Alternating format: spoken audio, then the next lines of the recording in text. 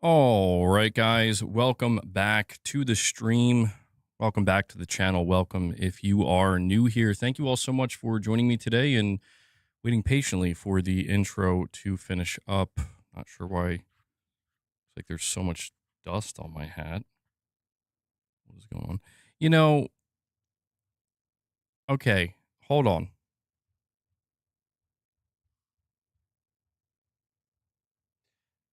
That's weird. Dude, those lights back there are green, not blue. I'm serious. I'm serious. Now, I don't know what's going on right now. That's actually really bizarre.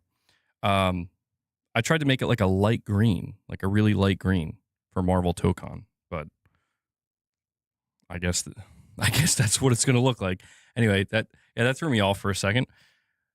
Michael, what's up, man? You're saying all right, MBG, it's getting sent out today. Ooh, I wonder what it is. I'm a little nervous. Yeah, my neck is definitely feeling better today. I probably won't be able to stand the whole time, but it was taking me out yesterday. I was struggling yesterday. Really grateful that it's better today. I was using my cervical traction device. You guys know what that is. It's playing ads already. Hold on. Dude, I'm telling you, I don't know why it resets every time I go live. I have it set to manual. I just checked. It said it was set to manual. I refreshed. I'm checking again. And now it says automatic.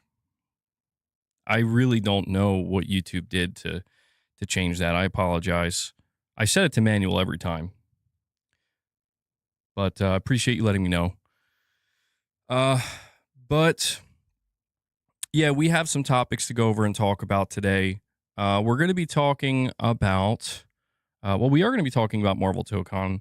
Talked a little bit about it yesterday, but yesterday's stream was not great. I was not well. So we're going to have that discussion again today. We're talking about a possible state of play update. People have been asking questions about this. It's in regards to Phantom Blade Zero. We have a bunch of game updates. Some of them are multi-platform. Some of them are PS5. Well, actually, I think all of them are multi-platform. Pretty sure. And yeah, we just have a couple of other random topics to discuss. Oh yeah, we did get that too, Irfan. You sent that to me. Some numbers for Halo and the Black Ops ports. We'll talk about that as well.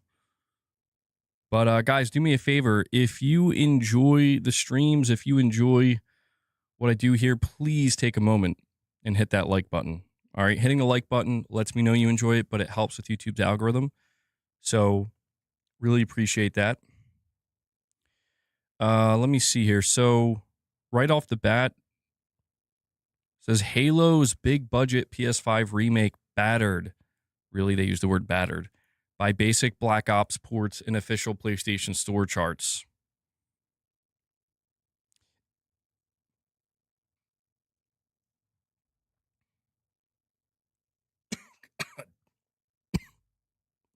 Dude, I just inhaled the the biggest piece of cat hair.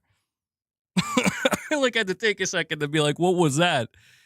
I just like went to go talk and I couldn't, and I'm like, what's going on? Giant cat hair, man. Forgive me. Forgive me. See, this is what happens. This is what happens when you try to dive into the topics too soon. Let me get a little drink here. Get a little drink here. Almost just got taken out.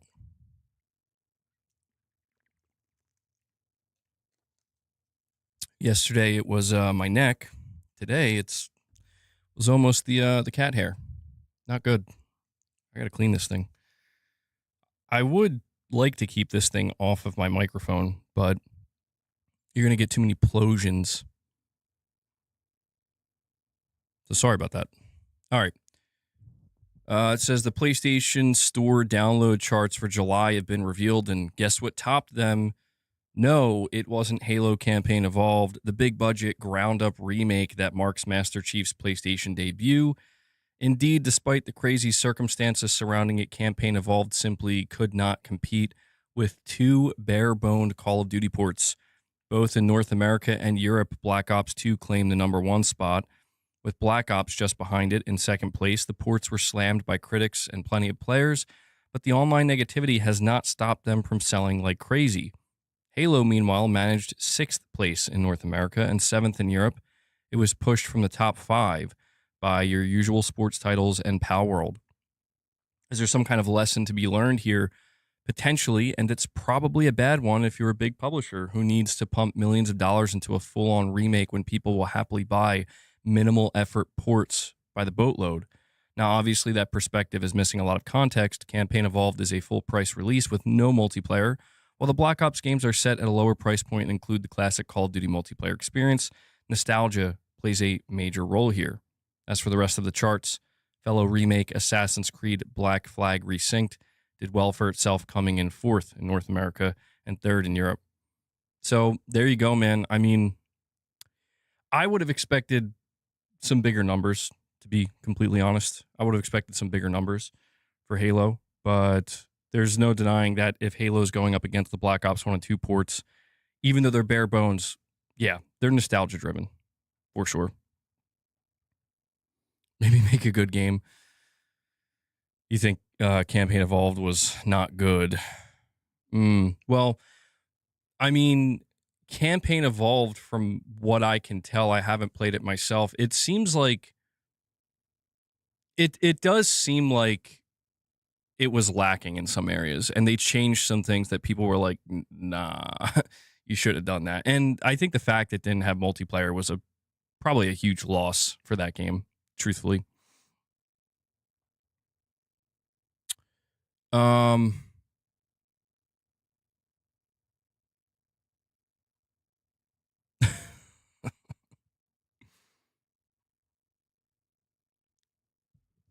Absolutely horrific.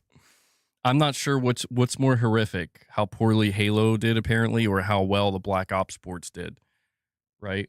I mean, what's ironic about both of them, though, is they both flow back into Microsoft, you know?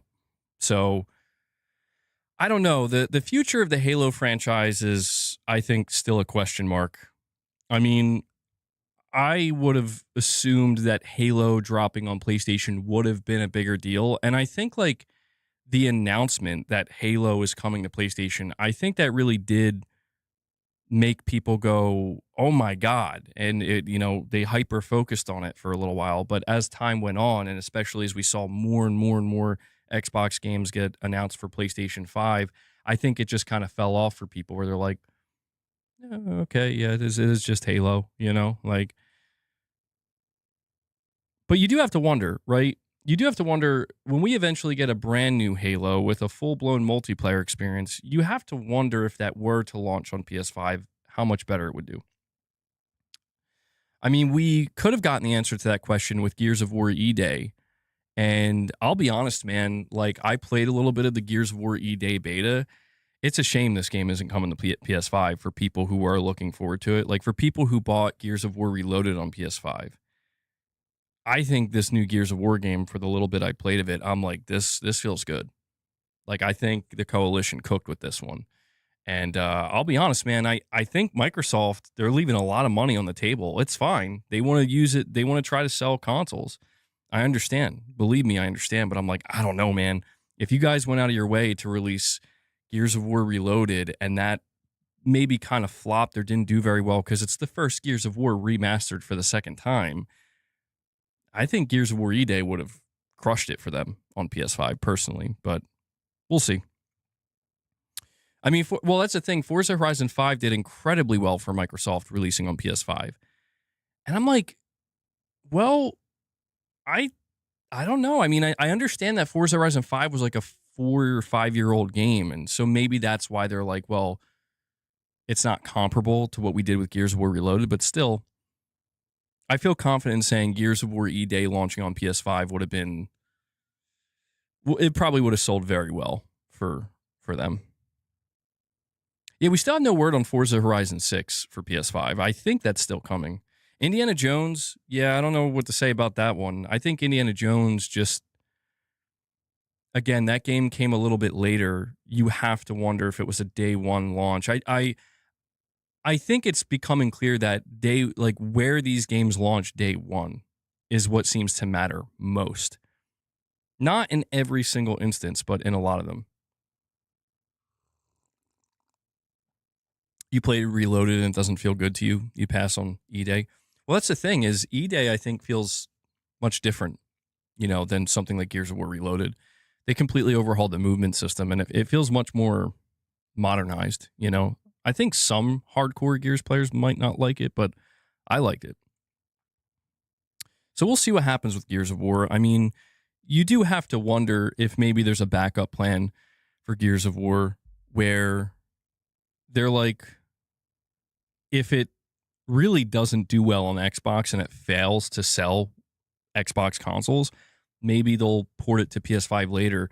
I only say that because apparently them canceling the Gears of War E-Day port happened at like the last moment.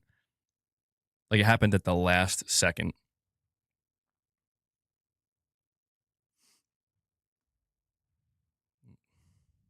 But we'll see.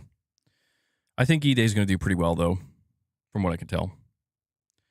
But yeah, I mean, looking at these numbers, I don't know. There's nothing too shocking.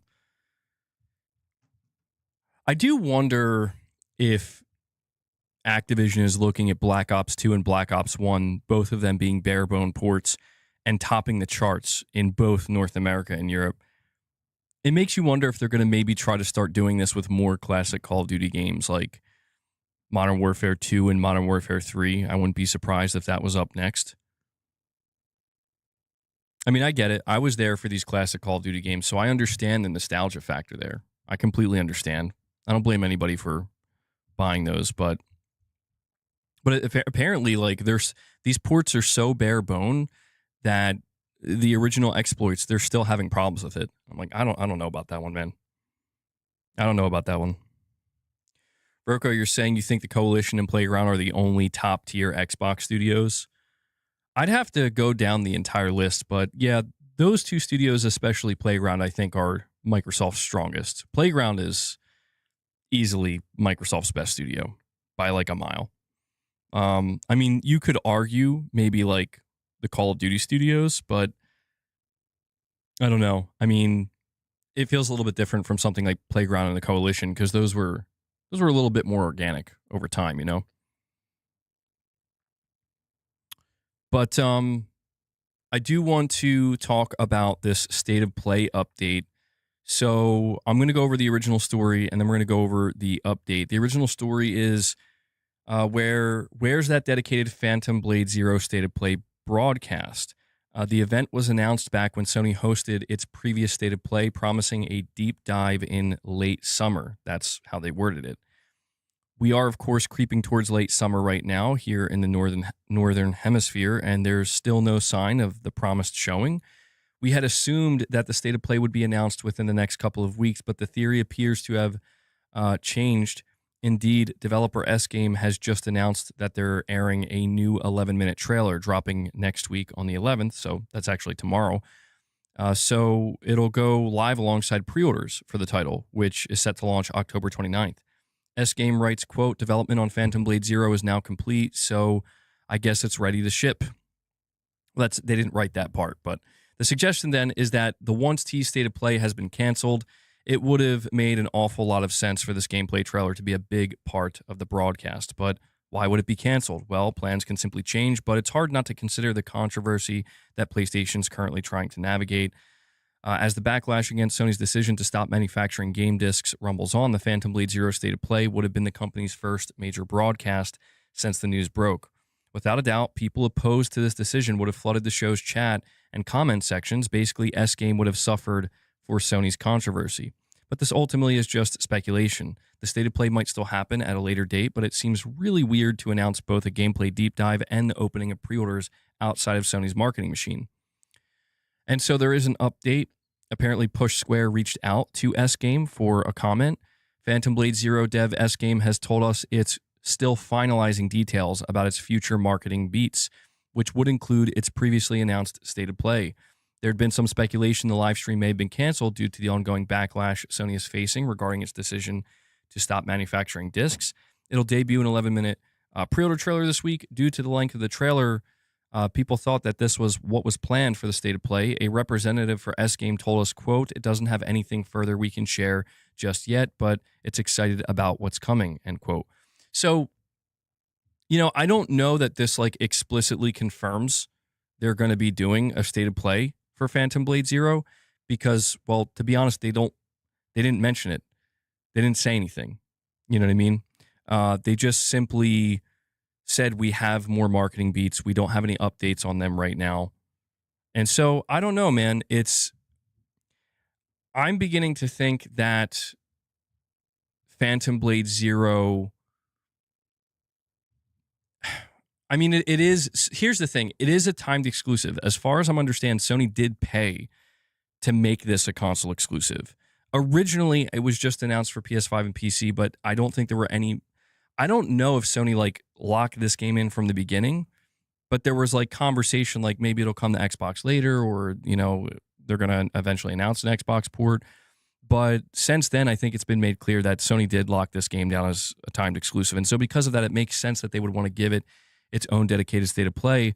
But yeah, I mean, it is. I have to admit, it is awfully strange that they're doing this 11-minute show. Or not show, but just trailer drop. And it feels like all the stuff they're doing, this would have been there at the state of play. So if they are still doing a state of play, it means it's coming later, and it means they're going to have even more to show of the game. And I don't think that would be a bad thing. I mean, they could just be getting ready to do a complete marketing blitz here for this game. Oh, hold on. Makui Ninja, I'm going to read your super chat. There we go. Yeah. Irfan, thank you. It was confirmed. This was 8 months ago. MP First reported Phantom Blade Zero confirmed to be a console exclusive to PS5 for 12 months. So there we go. I remember seeing something about that. They did lock it down. Makui Ninja with a $10 super chat. Thank you for that, buddy. He says, all these console companies just want to take everything they possibly can and give us a digital code for our hard work. I'm effing done. It's sad. I'm going to PC next gen. And you can't, nobody can blame you for that. Nobody can blame you for that. At the rate things are going, I mean, we're talking about Phantom Blade Zero. I don't know if this game's getting a physical release or not. There's still no word on it. I think Play Asia has a physical version up, not for pre-order, but like indicating they might try to be the ones to supply a physical version. But Makui Ninja, there's a lot of people that share that sentiment with you right now. It feels like the future of the console space is not looking great. It's not everybody. There are people who are perfectly fine with it. There are people who are happy, satisfied customers. But a lot of the hardcore, a lot of the people who pay closest attention, they do feel like, Sony, we'll stick with just Sony here. Because, I mean, Microsoft is engaging with the fans, but they're also just trying to completely overhaul their business currently. So it's kind of, it's a little bit awkward. They're kind of at odds with one another.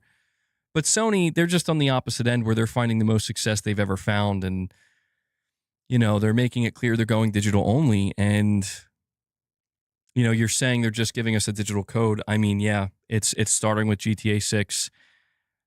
It's tough, man. It's tough. I can't deny that, like, looking into the future, if there's going to be boxed copies, if you still want to buy a boxed copy, it's just going to be a code in the box.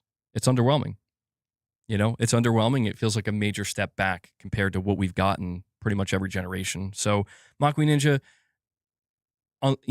if Sony is going to continue down this direction, you say you want to go to PC next gen, I don't know that. I mean, it's going to be different for everybody. I think there are going to be people who try to leave console for PC, and it might be a little bit of an awkward transition.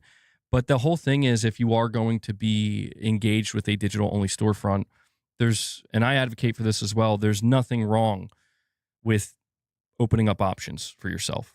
In fact, I think everybody should do that for themselves. If the option to buy physical games is no longer there, choosing to have as many options at your disposal when it comes to digital storefronts, it's probably the next best option for you. So, Makui Ninja, if you do decide to go to PC, though, next gen, we're still talking, I'm sure we'll still be talking about this by that point. You have to let me know what your experience is like. But thank you for the $10 chat, man. And guys, yeah, if you want to support the channel, if you want to support what I do here, you can consider becoming a member. You can consider gifting memberships, dropping super chats, direct donations. These are all ways in which you can support the content directly. I can only do what I do here because you guys make it possible. So shout out and thank you to everybody who does make this possible. Is it weird that I'm still willing to buy the box with a code just to have something physical? No, I don't think that's weird. I don't think that's weird, Arkham. I think it's understandable why most people, or a lot of people, would not want to do that. Because I think for a fair amount of physical game buyers, the value is in the disc itself, in the ownership, in the data being on the disc. Not for everybody. I mean, it's like I said before, if you are okay with buying, just the code in the box because you want the box, you want to put it on your shelf, you're basically okay with the idea of having a collection that's decorative. And there's nothing wrong with that at all. Like if you just want, I mean, I could see myself thinking about something like that in the future, but yeah, it's like if I do buy GTA 6, I'm still going to get the box version, because it's like you're saying, it's something. It holds no value, maybe other than it's a decoration, it's something you can look at. The real question for GTA 6, though, being a code in the box, is it going to come with the map? The folded up map in the box. Could you imagine if they don't do that? I think that would be a first. They're not going to do it. You're going to get Phantom Blade Zero on Steam. Yeah, it's dropping day one on PC as well. I know it's on Steam. I don't know if it's on, I think it's on Epic Games Store as well.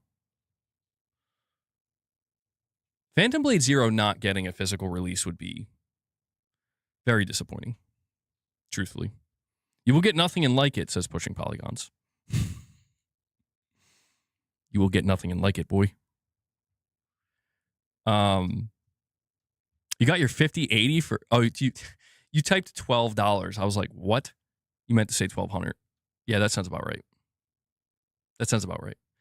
Polygons, I'm feeling better today. My neck isn't bothering me as much, which is good. I don't know if I'm going to be able to stand the whole time, and I'm sure at some point it's going to start irritating me a bit, but not nearly as bad as I was doing yesterday, which is good. Venino with a $2 chat. Thank you, buddy. Says, did you pre-order Gears on Steam or Game Pass? It was actually gifted to me on Steam. I think it was the guy, Gara. He gifted Gears of War E-Day to me. He gifted a bunch of games to me. And that was one of the games he gifted. So I have it ready to go on Steam. I'm going to have to mess around with it again, though, when I go to play it. I have to mess with the settings because I wasn't satisfied with how it looked. I wanted a higher resolution, cleaner look to it. But I'm not going to lie to you guys. Did you hear the news, by the way, that Asha Sharma confirmed they're looking into doing a platinum, their own platinum trophy of some kind for when you get all the achievements in an Xbox game? I'm not going to lie. That kind of made me go like,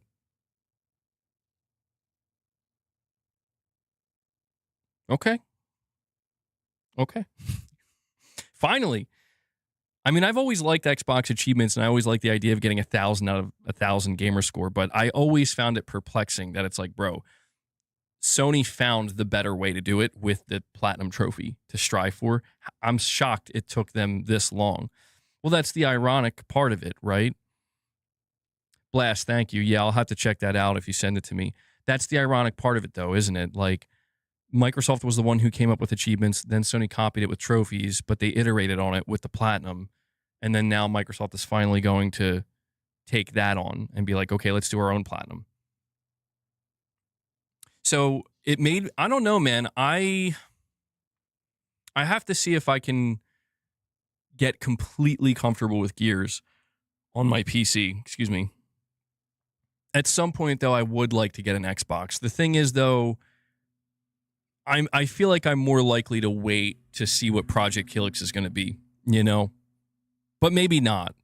I've kind of had this thought in my mind of maybe, possibly, just a slight possibility of eventually, yeah, the fact that the Xbox Series X is now $800 is ridiculous. I have a friend who has an Xbox Series X, and he doesn't play it anymore, and I might ask him if he's willing to part ways with it, if he'd be willing to sell it at, for like a cheaper price to me.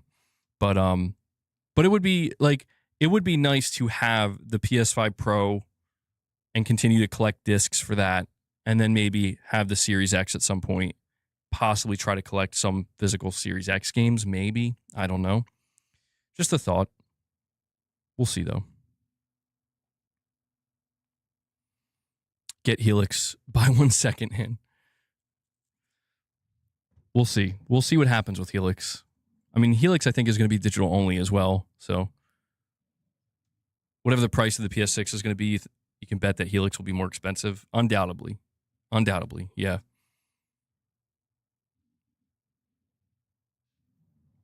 If you're going to buy an Xbox, buy it used. We'll see what happens. Yeah, Gears definitely piques my interest, though. I was always interested in Gears of War E-Day, but, you know, after getting a little bit of hands-on time with it, I'm like, yeah, I think the Coalition did a good job here.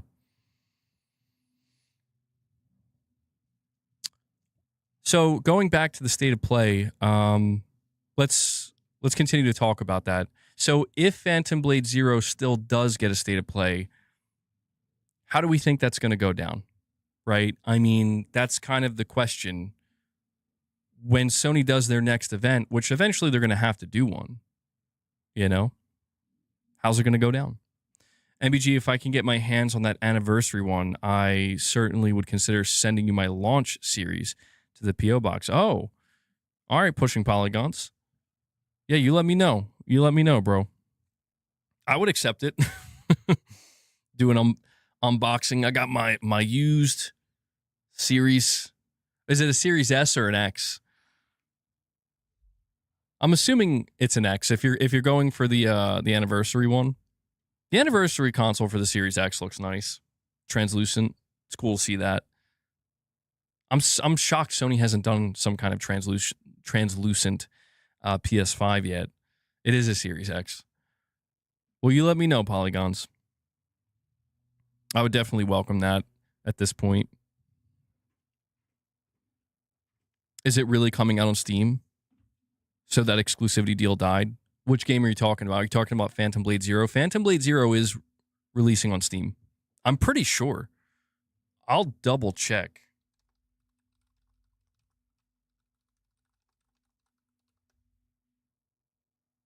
Yep. It's day one on Steam. So Sony did secure a 1-year exclusivity deal with Phantom Blade Zero, but it's still going to launch on PC. And this is what I was talking about. When we talk about Sony moving away from PC, that's only with their single-player games, literally from their own studios. Any type of deals they strike with devs, it's up to the developer if they still want to release it on PC. Sony's not going to stop them. Tarnish, you're saying, MBG, I'm actually looking forward to NVIDIA's 60 series GPU. You have zero interest in the PS6. Yeah, how much is that going to be, though, man?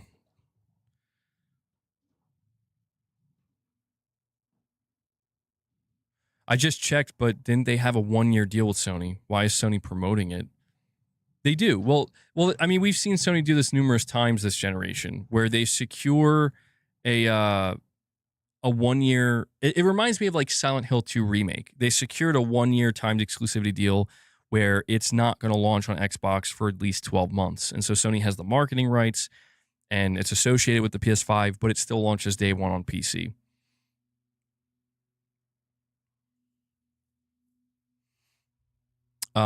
What's this you sent me, Irfan?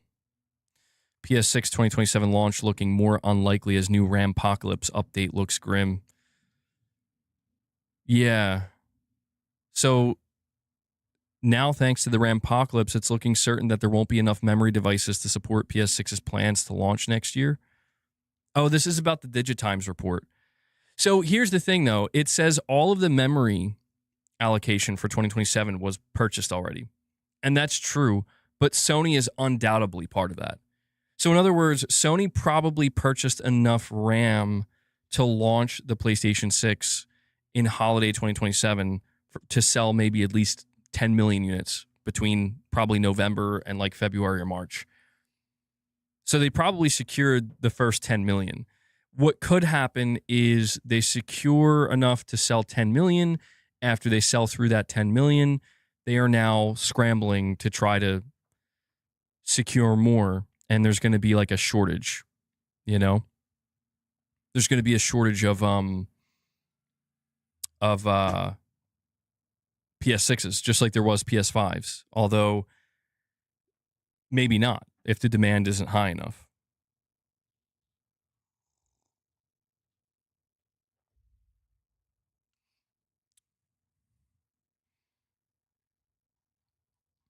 It says we gained a member.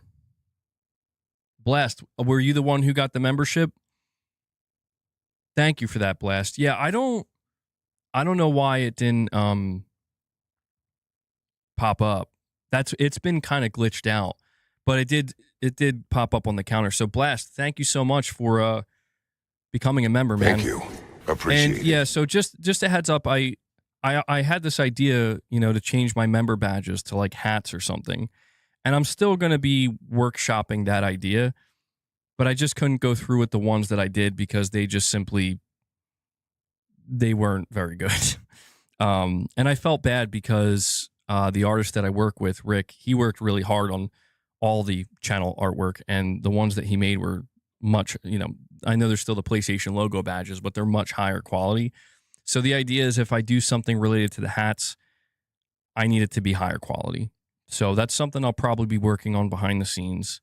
But I do like that idea much better, The PlayStation logo member badges have served their purpose, I think. And, I still think they look good. But the idea of having something a little bit more personal, something a little bit more directed towards the channel itself. Oh, and I did not mean to. There we go. Top hats. Yeah, that's an idea.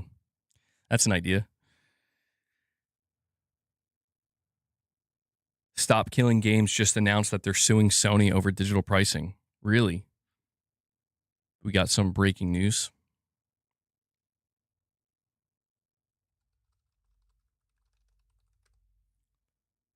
Let's see.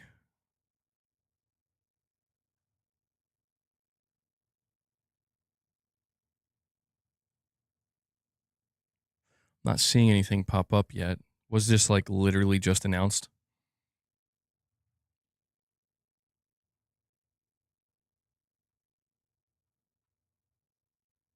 I'll give it a little bit. I'm sure it's going to start being reported on. I'm not. Do they have an official Twitter? I think they do, right? Yeah, here we go. Stop Killing Games. Ah, okay. Yeah, no, they announced it 56 minutes ago. They say it's time to sue Sony. Join us. Does It Play and Stop Killing Games are backing the class action lawsuit against Sony. And so they link it here. If you are Dutch and would like to join. Oh, I can't read this. Can I translate it to English? You are paying too much for PlayStation games. Do you have a PlayStation? Then you are unfairly paying a Sony tax on all of your digital games. Join our campaign for fair gaming prices and compensation.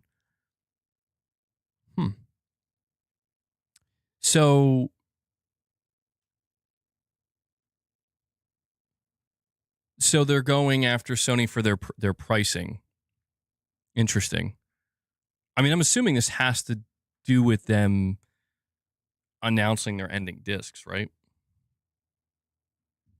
I mean, I support it. Anything that would get Sony to reverse their decision, I'm in support of. It's Dutch. Herman's going to join in.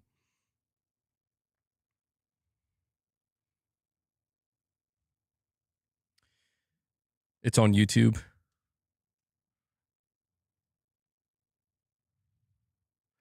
I mean, I don't know if they'll be successful, but what I will say is Sony has a lot of lawsuits right now that they're dealing with. This is now just the next one in line. I have to, assume that one of these lawsuits will work. Something, right? Right? Honestly, yes, do that. Then we can get rid of variable pricing and have Sony release codes for other places. Oh, yeah, the variable pricing thing. I forgot that they do that too. Well, Ghost Wolf, I'm not doing that. I'm not doing that. Yeah, Herman's going to be the first one signing up for this. Well, we'll keep an eye on this. We'll wait for some more information to come out about it. And I wonder if they could be successful. I mean, Stop Killing Games, they're a pretty big movement. You know, they've gained a lot of traction. So, but, you know, how that will translate to the litigation process, I'm not sure. Another day, another Sony lawsuit. But yes, the state of play, here's my guess. If Sony is going to still go through with having a state of play for Phantom Blade Zero, I think what you can expect is the chat to be disabled, comments to be disabled. I think they're going to make it so that you can't really engage with it. Maybe I'm wrong about that. Maybe that would actually create a Streisand effect. Maybe if they did that, it would generate even more negativity than it otherwise would. But this is kind of the problem that Sony has put themselves in. Will Phantom Blade Zero do well? Yeah. Will Phantom Blade Zero be a successful game on its own? Yeah. But unfortunately, I think Sony has put themselves in a position where any game that's directly associated with them, they now have to think about this. Like, think about it. If you're S Game and you've been working on Phantom Blade Zero for years and years, and the game is finished, it's launching in like 2 months, and you signed a deal with Sony where you're going to do a state of play, the question legitimately has to be asked now, like, is this actually going to hurt us? Like, do we want that heat? Do we want to draw that in? And it's not the game's fault. You know, nobody, I think, is looking at Phantom Blade Zero and being like, man, what a lame title. What a bad game. Like, no, I think it's the opposite. I think people are super excited for Phantom Blade Zero. I think people, you know, can't wait to play it. But it's the idea that once the PlayStation logo enters, then it's like you're attracting all the baggage currently with the controversy that comes with it. So the question of like separating it from that, the question of would it just be wiser to be separate from it? The answer might be yes, unfortunately. You're pre-ordering it digitally skillful on PSN? I mean, I'm sure it'll do well on PlayStation still. You know, I don't think that it will. I don't think even if they do a state of play and it gets bombarded, it's going to have a deleterious effect on the actual results of people buying the game itself. But, Laman, you're saying the code for Plague Tale Resonance will be sent to your email on August 19th at 8 p.m. Oh, thank you, man. You also have news. Your source from PlayStation Nordic is here with us right now. We're watching a stream. Is he in the room with you right now, Laman? Is the source in the room with you right now? Interesting. It's Herman, isn't it? It's actually Herman Holst. I knew it. No, thank you so much for that, though, Laman. That's very kind of you, bro.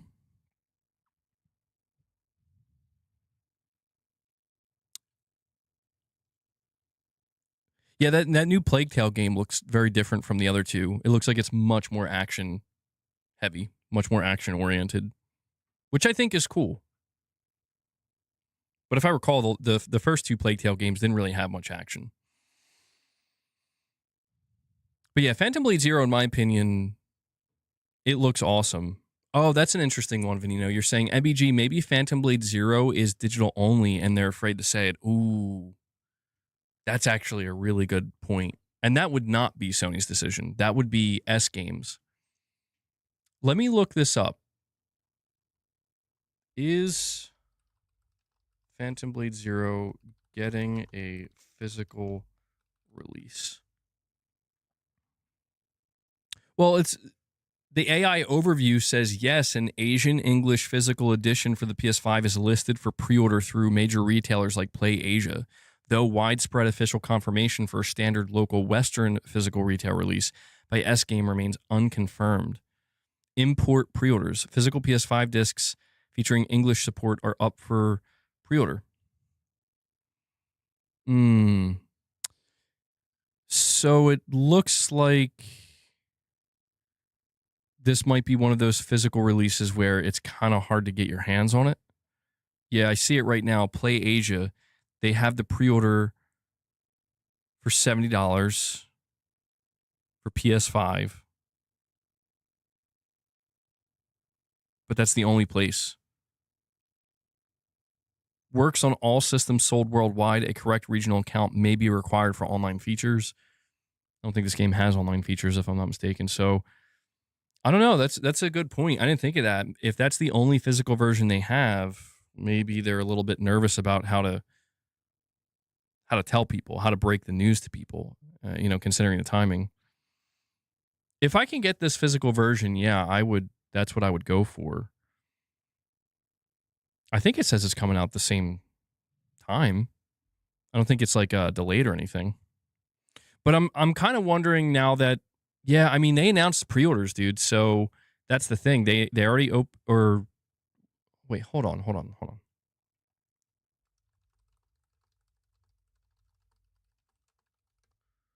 Yeah. So okay, so you won't be able to pre-order Phantom Blade Zero until tomorrow when they drop this big trailer. And so if there's going to be a proper physical version,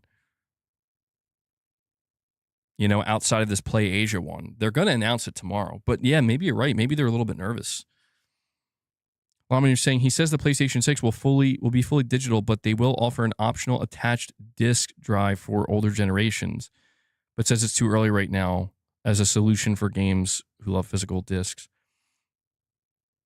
So basically, the idea is Sony will come out and they'll say, well, if you do have a collection of physical PS5 and PS4 games, we're going to offer a way for you to be able to play them on your PlayStation 6, but there will be no physical PlayStation 6 games. I mean, that's awkward, man. That's so awkward to me.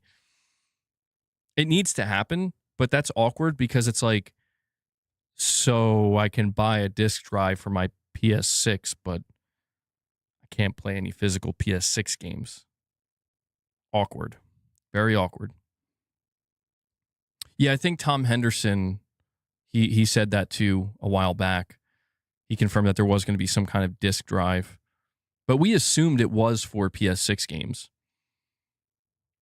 Nobody at that time, I think, assumed it was just for backwards compatibility reasons.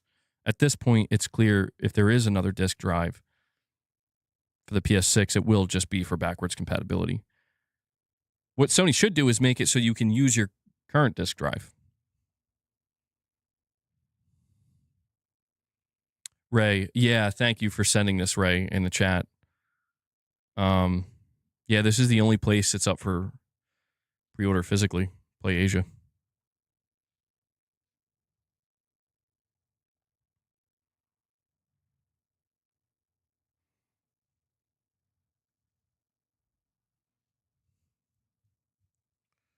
Hold on 1 second.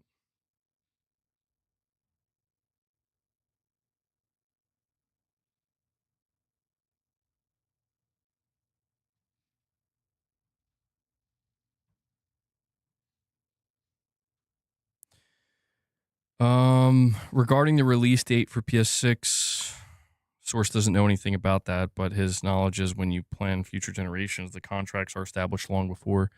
Yeah. I'll tell you this, if Sony was planning a holiday 2027 launch, it's highly unlikely it's not going to launch in holiday 2027.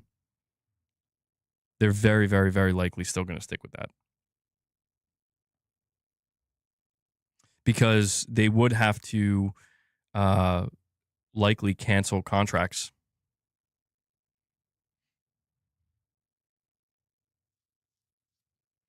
What Sony should do is allow for people to play every PlayStation disc on PS6.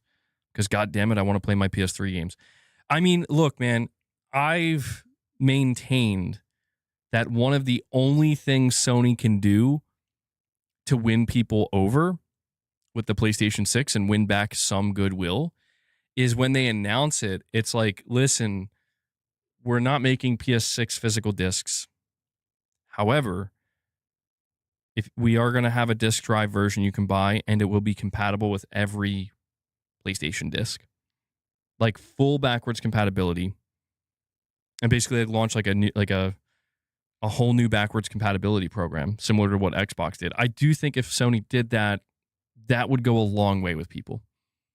That would go a very long way with people. But I don't think Sony's going to do that because I don't think they care to do it.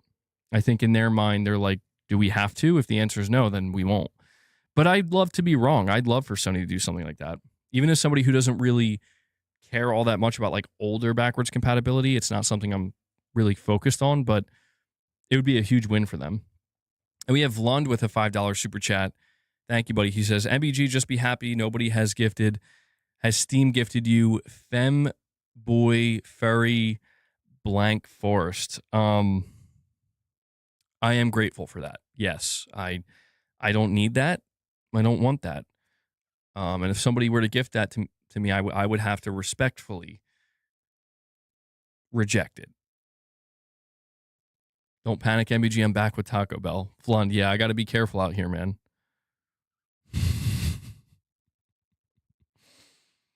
There will be 2 future PlayStation versions, 1 console and 1 complete handheld experience. The handheld will be released after the PlayStation 6. 92% of the publishers are extremely happy with Sony's decision, but they don't want to say it publicly. I believe that. I believe that 100%.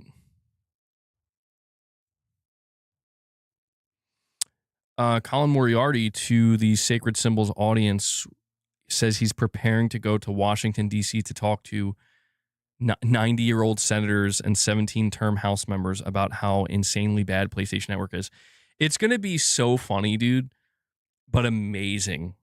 Like, it would be incredible if Colin Moriarty ends up somehow being the one to be the biggest thorn in PlayStation's side because he's actually getting, like, the government to be like, well, what's going on over here? Where Sony's basically like, we don't have to worry about the government because they're so behind, they're not paying attention. And then like Colin forces his way in and is like, you're going to want to take a look at what Sony's got going on over here. That would be crazy. That would be crazy. But we will see what happens. But good for him, man. He's taking affirmative action that could actually do something, which I'm excited at that notion. I'm absolutely excited at that notion. So I'm in full support. They're going to march to Washington.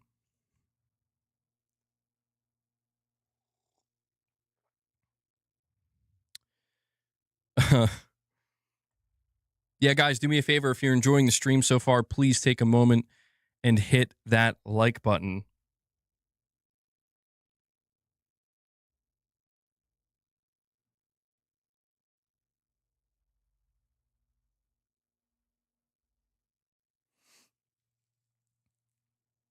Yeah, that's true. That's true, Med. They know about the backlash, obviously. The most scared is Sega because they have one of the largest legacy libraries of all time. They don't want to say anything right now. Well, the idea of all publishers being in favor of what Sony's doing makes sense. The publishers are just going to make more money, too. Sony's going to make more money. The publishers are going to make more money. And those of us who liked physical games, we're kind of going to be the only ones that were screwed over, you know?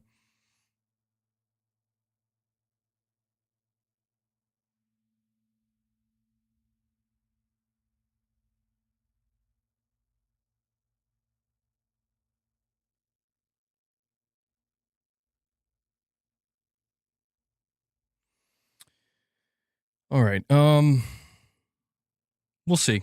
We'll see what happens. But just to wrap up the state of play topic, it remains to be seen if there's going to be a Phantom Blade Zero state of play. I wouldn't be totally shocked if they decided against it, but at the same time, they are saying they have future marketing beats, and they're going to talk about that soon. So it is worth noting when they said they're going to do a state of play for Phantom Blade Zero, they said late summer. Summer doesn't end until September 21st, so we have plenty of time for them to announce a state of play for this game. I also do wonder if there's going to just be a regular state of play in September, like Sony usually does, and maybe Phantom Blade Zero will just be attached to that. Or it's like stick around after the state of play for a 15-minute deep dive of Phantom Blade Zero or something like that.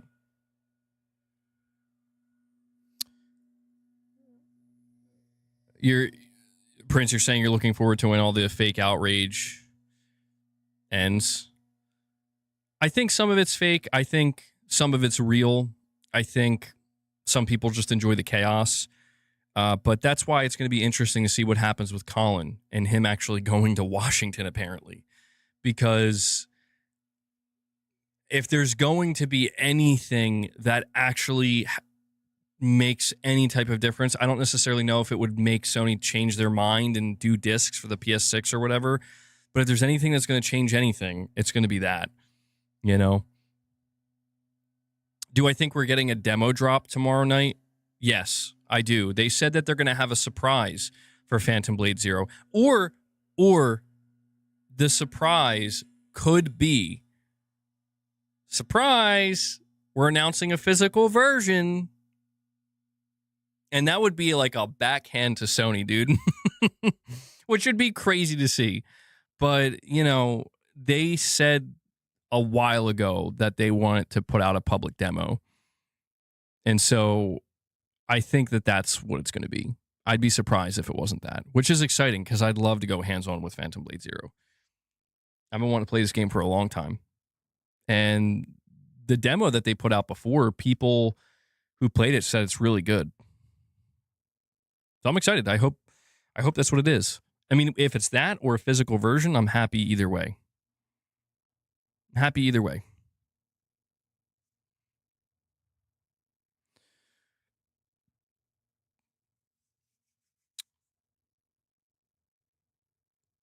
Oh, let me see what Laman's saying. Here's the bad news. Sony will be pulling the plug on the VR experience in 2028. They're losing 7 figures alone on the PlayStation VR 1 and 2. I could believe that. Sony's been completely silent about PlayStation VR. And I don't blame them. I mean, I don't have a lot of ill will towards Sony and what happened with PSVR 2 because they tried. They tried. You know, you can't say they didn't try. PSVR 1, I think, did okay for them, but they fully believed in it to the point where they did a second one, and it just didn't take off, you know? But it does suck. For anybody who did buy VR 2, and there's still plenty of people who use it and play it and look forward to new games on it, that sucks. Titus, what's up, man? But yeah, I would not be surprised at all. I mean, I'll be honest, PlayStation VR already kind of feels like it's dead. Unfortunately. But guys, I do want to talk about Marvel Tokon Fighting Souls. We have a report to go over here, but I also want to go over my own thoughts on the game because I am currently playing it. So the report here talks about Maximilian Dude, who's a very, I'd say he's a famous streamer, and he's famous and well known for fighting games in particular.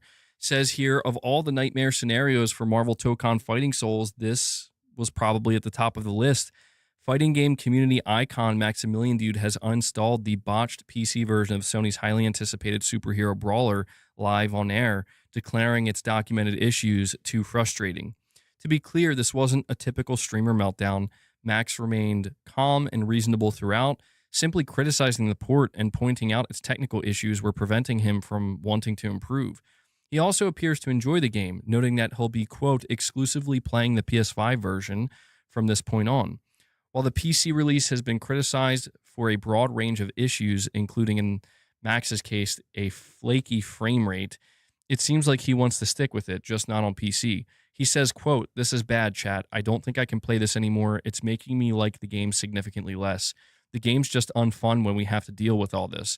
It's fun coming up with solutions to issues in combat, but you just can't do anything. You just have to watch it stutter like crazy. It's literally Dragon Ball PTSD all over again. The PC version launched to an unremarkable 25,000 concurrent players on Steam, but its peaks have plunged since launch on Thursday, as word about it being a poor port spread. It currently has a mixed rating on Steam, but PS5 players have been encouraged to disable crossplay as the issue on PC can affect online matches on consoles as well. This is a nightmare scenario for the game because as a live service release, Sony was counting on a robust player base across both PS5 and PC. But now due to the issues, console players are isolating themselves from the PC version while PC players are bailing out entirely.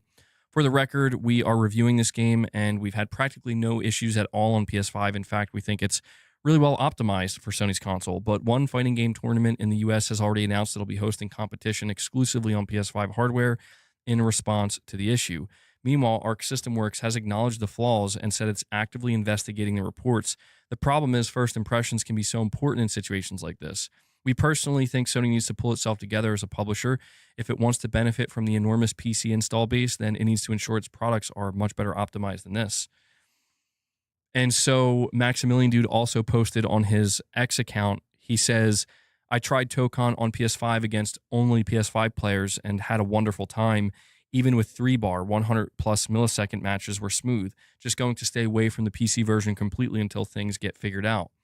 And his post ended up getting over 560,000 views, 20,000 likes. And it's interesting because a lot of the replies underneath his post are people saying like, you know, PlayStation is sabotaging PC on purpose, don't support their BS. You know, there's a lot of people basically frustrated with Maximilian Dude saying he's going to go to PlayStation 5 to play this game.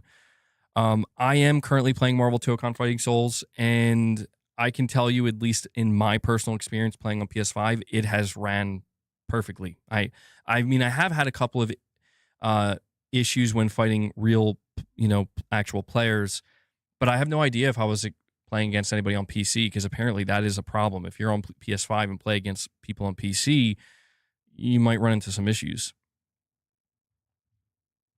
But yeah, not great for this game, man, at all. Well, I mean, you're saying now this is just whisper news from my source, from my source's office, but many PlayStation employees are laughing at Xbox over the failure of Game Pass. I could believe that. A lot of devs, not just at PlayStation, but a lot probably saw like, yeah, Game Pass is not good.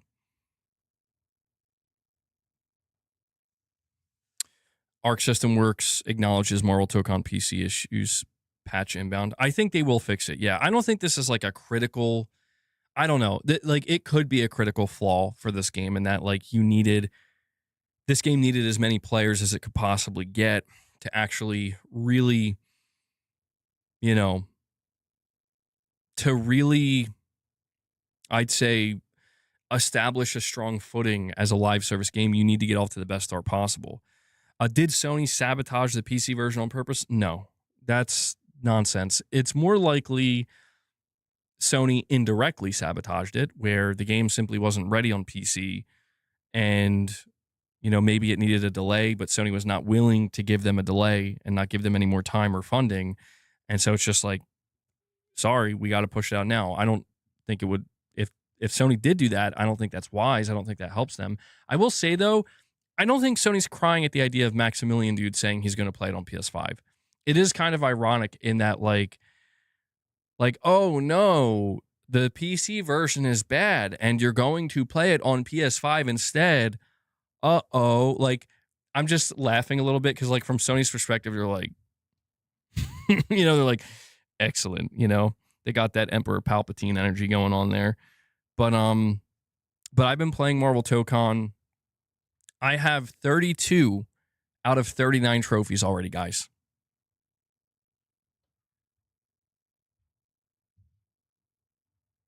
I don't know how. I don't know. Like, when I looked at the trophy list, I'm like, oh, it looks like I could get these. Shout out to one of my viewers. I don't know who it was.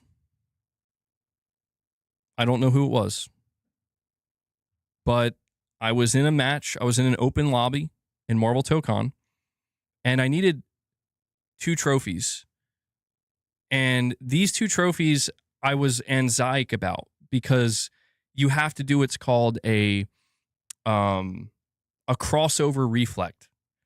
You don't listen, I'm not going to go too deep into the details here, okay? But there's like a ton of mechanics in this game. The crossover reflect mechanic is one that like nobody uses. I've played hundreds of matches, not hundreds, but like dozens, and no one uses this mechanic. And it's a kind of like obscure mechanic in the game. And there's a trophy where you have to do it 5 times, and you have to do one of them perfectly. They have to be timed perfect. And so I entered an open lobby, and I was like, was it you? No, it wasn't you. I don't know who it was. Dude, I didn't recognize the name, but I went to an open lobby, and I said, does anyone want to try to get the crossover reflect trophies? And somebody in there, now my name on Marvel Tokon is just John. Somebody was like, hey, MBG, in the chat box. And they're like, yeah, I'll help you get them. And I'm like, oh, okay, cool. And so we helped each other get them. And then we did an actual match after that. He did beat me. It was close, but he got me.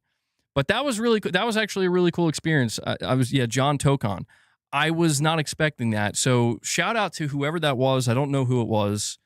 But it was really cool. I was not expecting it. And so I got those 2 trophies by just kind of cheesing it, and getting it with another player. But outside of that, the only other trophy that's going to take a little while for me to get, and I'll have the platinum, is you have to play 500 matches. Other than that, guys, again, I have 32 out of 39 trophies. So in case you can't tell, I'm actually enjoying Marvel Tokon Fighting Souls. I'm enjoying it more than I expected to. It's a really well-made game.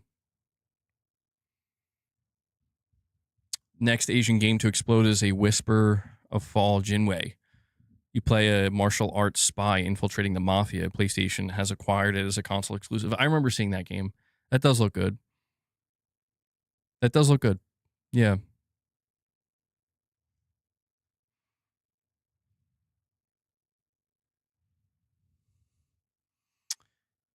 Teddy's asking, how many have I done so far? Are you asking about the trophies? How many trophies I got? Or no, I think he was talking to Blast. My bad. Sorry. But yeah, my experience with Marvel Tokon Fighting Souls, honestly, it's really, really good. Oh, you're talking. Oh, the matches. Actually, I think I only have like 30, because what's weird about this trophy is it seems to only count online matches. No arcade matches, no single player matches. Really weird. I don't know if it's bugged, but it only counts online matches. So I think I only have like 30 or 35 done. Maybe more than that. I have to double check, but it's going to be a bit of a grind. But I don't mind. I'm actually really enjoying the game. But once I get that final trophy, I'll probably be finished with it, So you, aka Mr. Hamster, with a super chat says, you got 39 trophies. I beat Ornstein and Smog, MBG. Congrats. So you're making good progress. So you're, I think, well past the halfway point of the game. I'm curious to see what you think when you get to the end. It's interesting to hear about your playthrough of Dark Souls, man. The first playthrough is always the most memorable. I'm glad you made it through Blighttown, though. Truly a nightmare. All right, let me oh,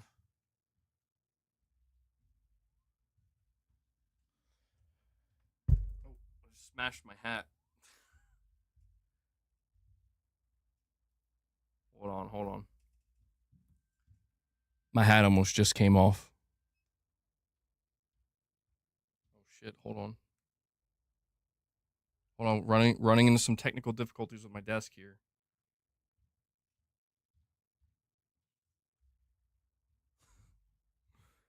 And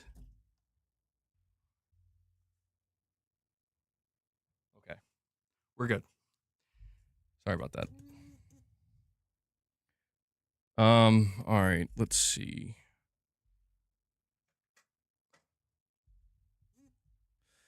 Yeah, guys, make sure you hit that like button if you are enjoying the stream today. See.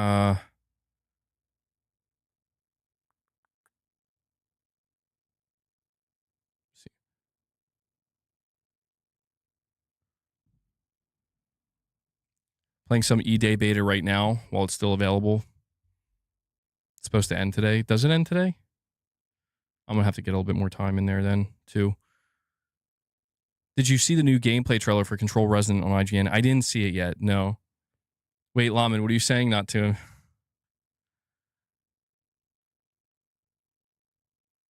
Oh, I appreciate that, Laman. I appreciate that. Yeah, I don't know. It's hard to say with the different sources, you know? We'll see what happens with Sony, man. We got some interesting times ahead with Sony.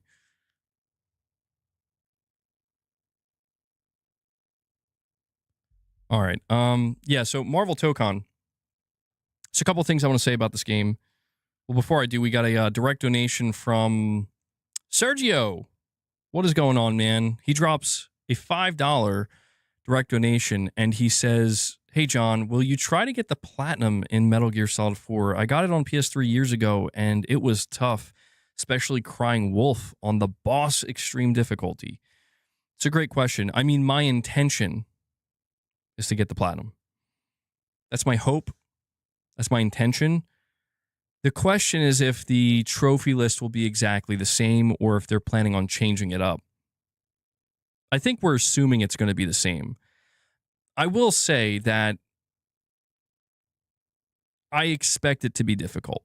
I'm not expecting the platinum for MGS4 to be an easy one, but that's a game I absolutely want to get the platinum trophy for. The real question, Sergio, is if I'm going to get the platinum for both MGS4 and Peace Walker. Very excited for these games, though, man. Very, very excited. I can't look past Metal Gear. Like, I know there's a bunch of games coming out after Metal Gear, but I can't look past Metal Gear because I know that these are games I'm just going to get hooked onto, you know? I want to try to have the Marvel Tokon Platinum done before Metal Gear comes out, ideally. So, Sergio, thank you for the $5 direct, man. And yeah, I mean, you'll have to let me know when you play it if you're going to go. I mean, I'm assuming you're going to go for the platinum. You have to let me know if you end up getting it eventually.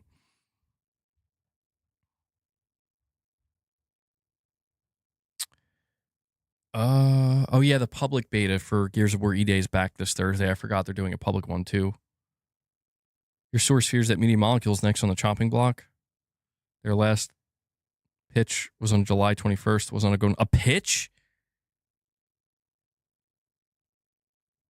That can't be right. That can't be right. I thought Media Molecule was confirmed working on a new game.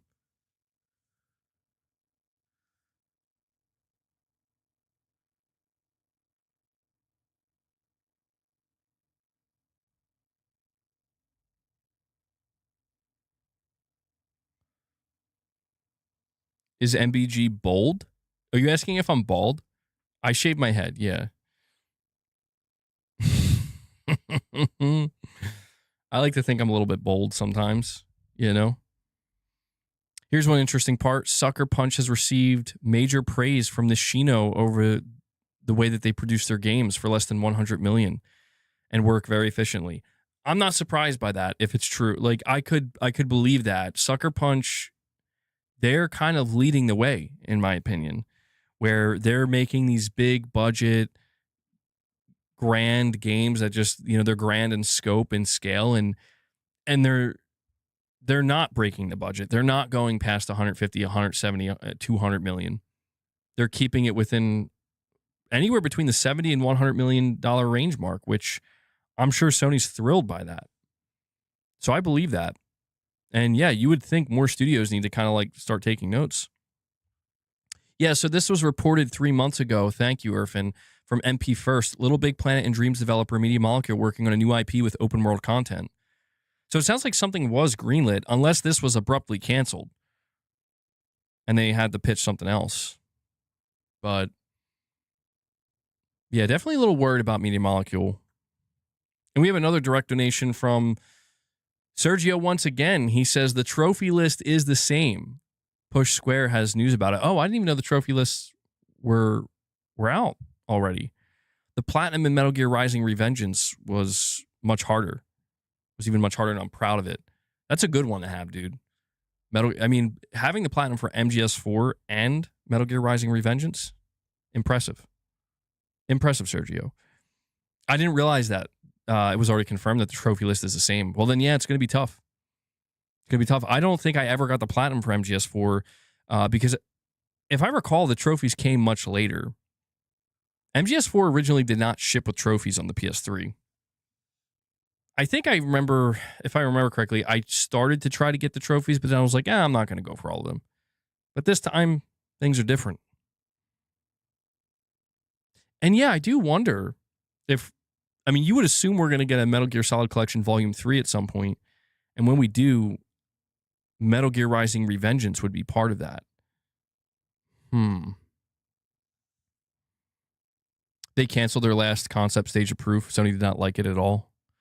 Yikes. I hope that's not true, man. I don't know what Media Molecule is going to do. I mean, Media Molecule, unfortunately, they don't really have...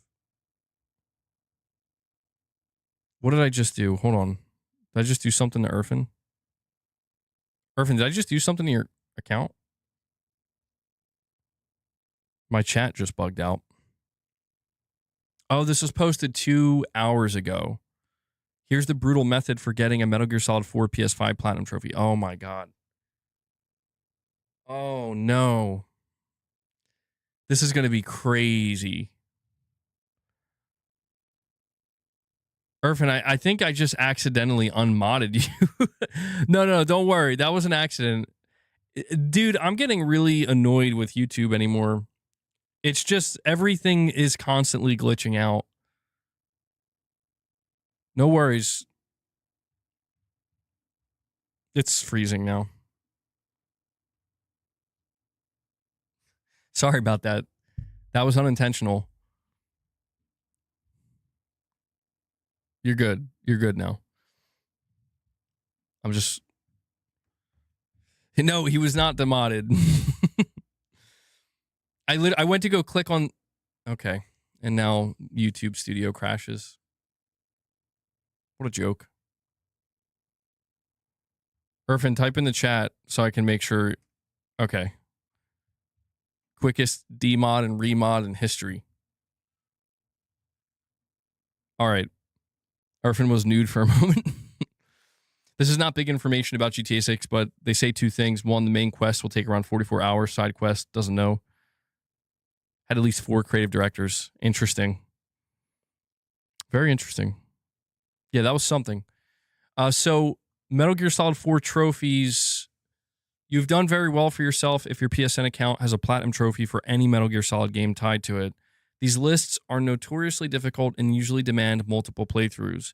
The emblem system plays a large part in this, which grants you titles based on the type of playthrough you have just accomplished in an entry. The Big Boss emblem in MGS4 Guns of the Patriots is the hardest of the lot in that game.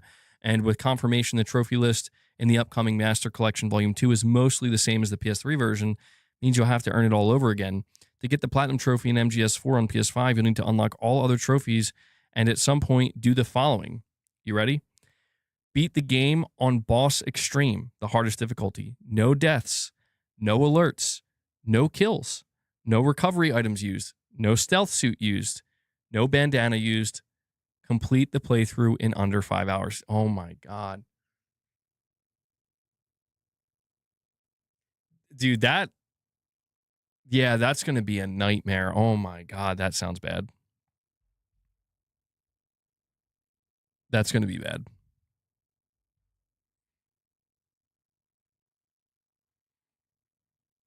Sounds like a no for me, boss. I mean, I'm still gonna go for it. I think I'll be able to do it. I don't know.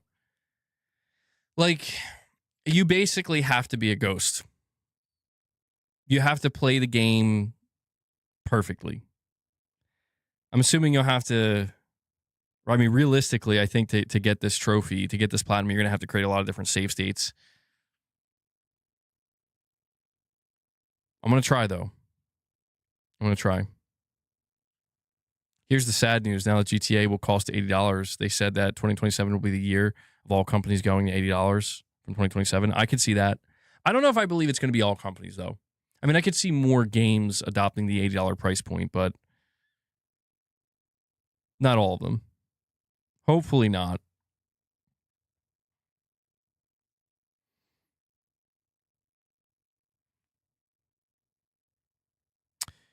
Now I'm going to be thinking about that Metal Gear Solid 4 Platinum.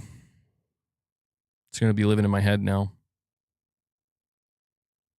But Getting back to Marvel Tokon, there's a couple things I want to say about this game.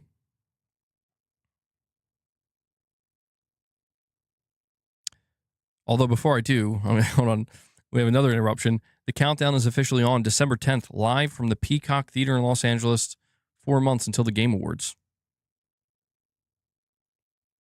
Indeed. Confirmed. So when it comes to Marvel Tokon Fighting Souls, a couple things I want to say about this game with my experience so far. It is actually way less intimidating than it seems. So it is a 4v4 fighter, but the biggest thing I noticed is that it's actually not that complicated. They do a really good job at making it accessible, and even when it comes to the inputs and learning, like, how do I use my main character but also implement the other characters, it's really simple, it's really intuitive, but they also do make it so if you just want to really play as one character and main one character, you can just do that and focus on that character and use the other characters minimally. Or you can go crazy and just constantly switch characters if you want. So I really appreciate that because I was really nervous. That was like the biggest part of Marvel Tokon that I was nervous about, that it was going to be like a nightmare and like really, really difficult to learn and to grasp and understand. And it just has that intimidation factor, but it's really not that bad at all.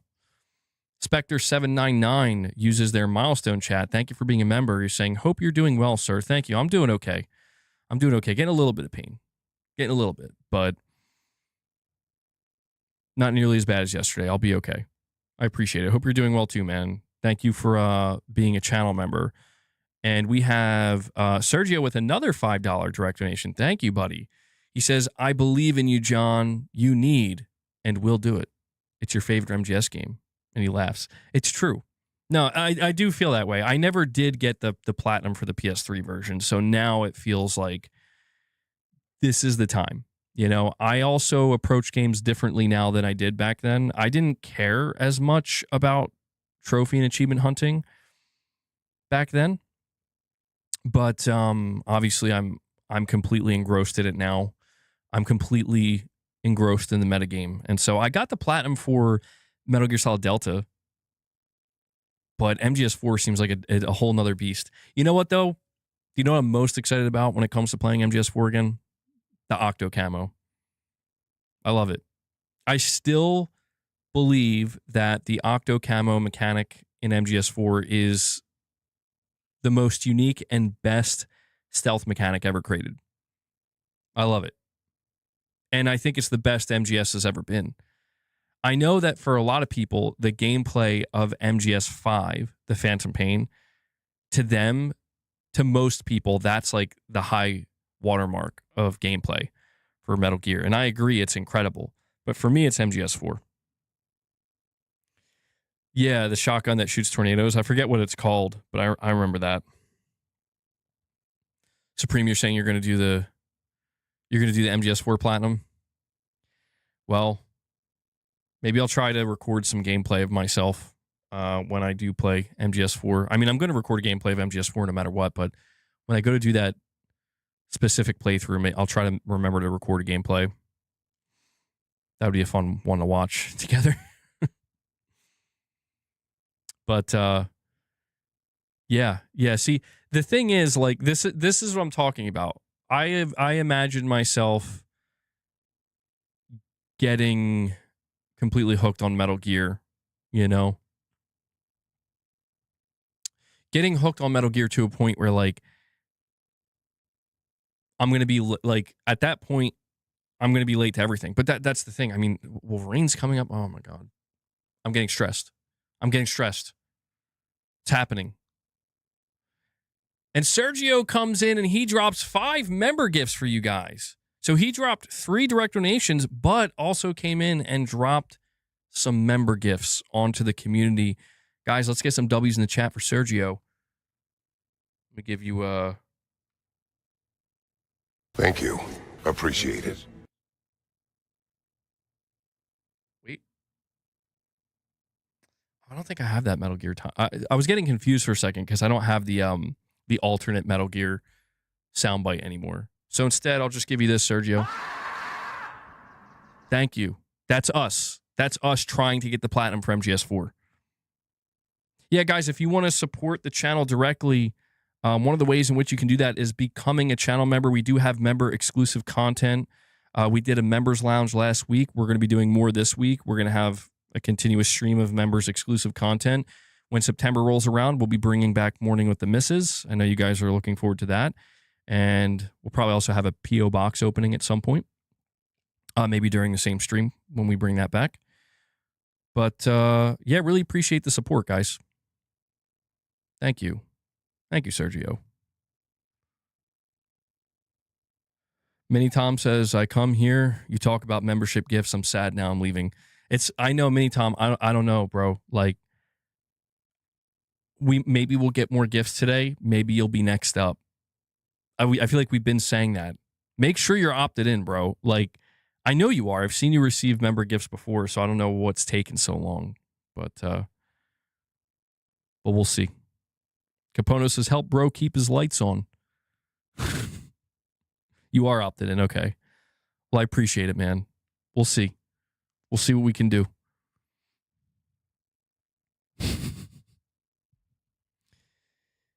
Not only that, playing MGS4 in 4K 60 FPS, not broken PS3 frames. Yeah, I am curious to see how much better the game looks.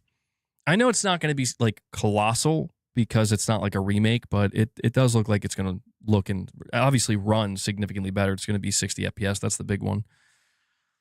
What if I change my YouTube name to something else? Would that work? I don't think so. Here's what I'll say. I'll try this. Mini Tom, I'll try this for you.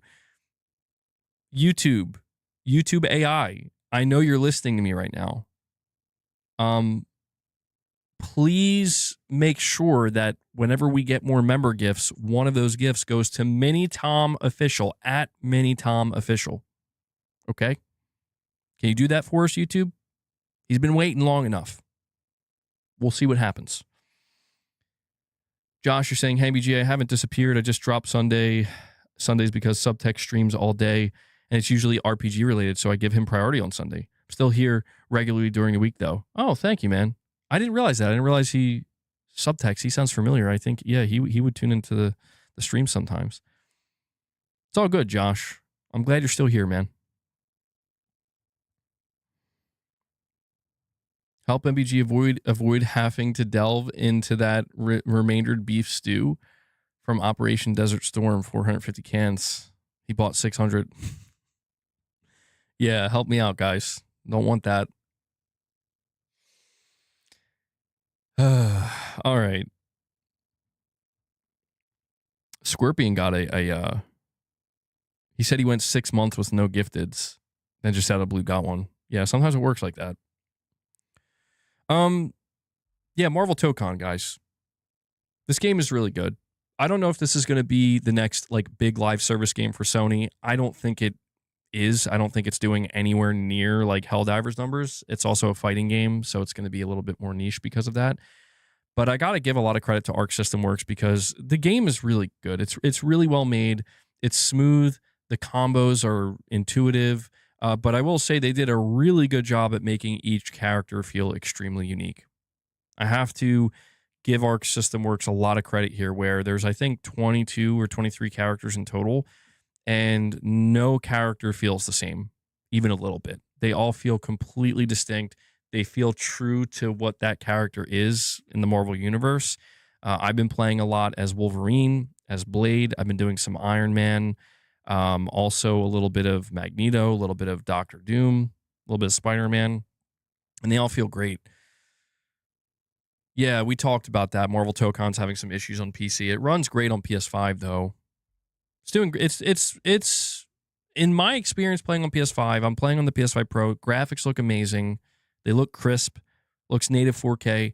Frame rate's been completely stable. The only time I've ran into any issues is if I'm playing another person online and maybe there's like a little bit of a connection issue and there's some freezing and stuff like that. So that can be very annoying, but and when it comes to playing other people online, I'm not that great.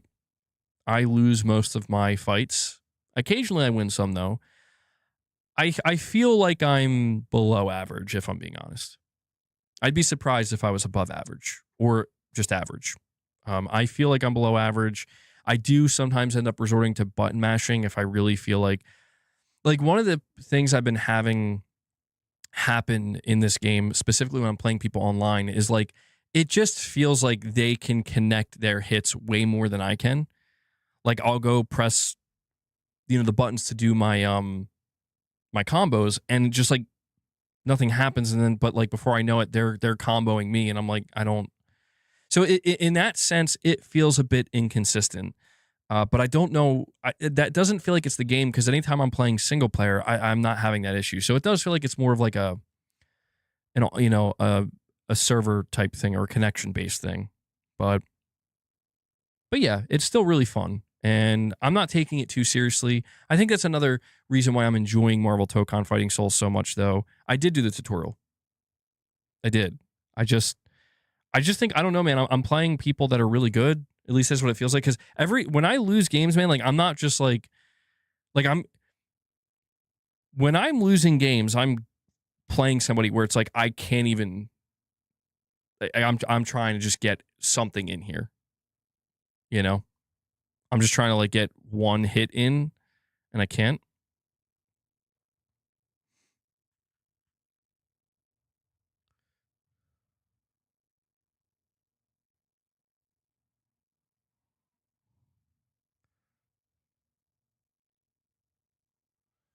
But yeah, when I lose my matches, man, like I'm getting absolutely. I mean, there's times where like I'm playing people and they get like a 20 hit combo, and I'm like, okay, I don't even think I'm gonna try at this point. But I've had a decent amount of matches where I felt like I was pretty evenly matched with people. There were a couple where it was I was definitely a little bit better than them. You wearing the same hoodie? Do you wear it every day? Is this thinking? No, I don't wear the same hoodie every day. They're constantly being washed. I have like 5 or 6 different hoodies. So, what's up, Hat Guy? What's up, Zombie Killer? Those are the people who put 100 plus hours into it. I mean, I can tell, man. I can tell, like, when I'm playing some people and I'm going in some matches where I'm like, yeah, you figured this game out real quick. I'm still learning, I'm still learning. It's also here's the thing too, though. I think there's clearly a meta in this game, from what I can tell, and people are still learning the meta and they're figuring it out. And I'm pretty sure I'm doing the opposite of that, where it's like I just like Wolverine. I don't know if Wolverine's actually a good character. I may be at a disadvantage.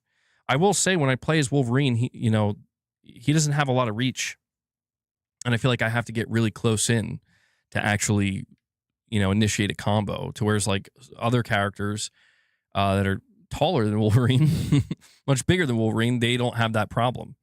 So I don't know. I guess I'm not exactly sure, like, as somebody who's maining Wolverine most of the time, I don't know what his actual strengths are. But his weakness definitely feels like he doesn't have a lot of reach. So maybe the problem is I'm not experimenting with enough different characters. I seem to actually play a little bit better with Blade when I play as him, from what I could tell. But I just, yeah, I figured out how to do some counterattacks. Yeah, we're talking about Marvel Tokon a little bit. Just giving my thoughts on what I played so far.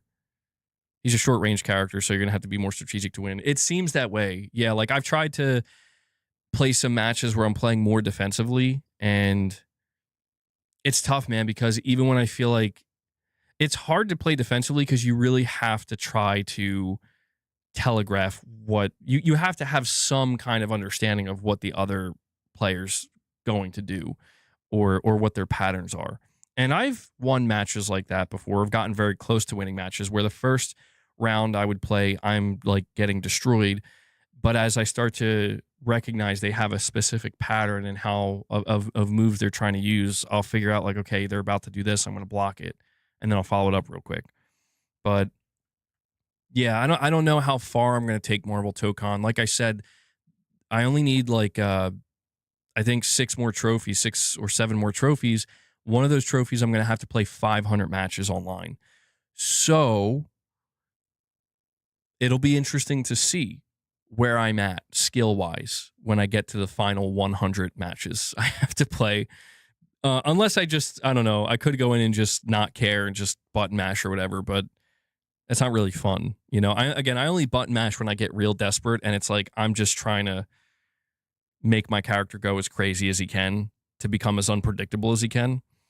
But I don't find that satisfying. I've won probably 1 or 2 matches that way, but it's not fun. Yeah, Deadpool's good in this game. The voice acting is really good. It feels very, very authentic, you know, to Marvel. It does have a single player, by the way. They have 5 episodes. I wouldn't buy this game just for the single player. So I will let you know, if you are somebody who, you know, is questioning whether or not you would buy a fighting game like Marvel Tokon for the single player, it has more than just the 5 episodes. You can play survival, you can play the arena mode single player, but you know, from what I can tell, from what I've played so far of this game, like, you're really basically missing a third or even up to a half of this game if you're not willing to play, you know, online. They have a whole like battle arena area, or it's like a social hub, and you have like mini versions of the characters, and you're with like up to 100 other players, and they have little arcade machines, and it's like you'd be missing out on that part of the game if you don't want to play online. How is the single player?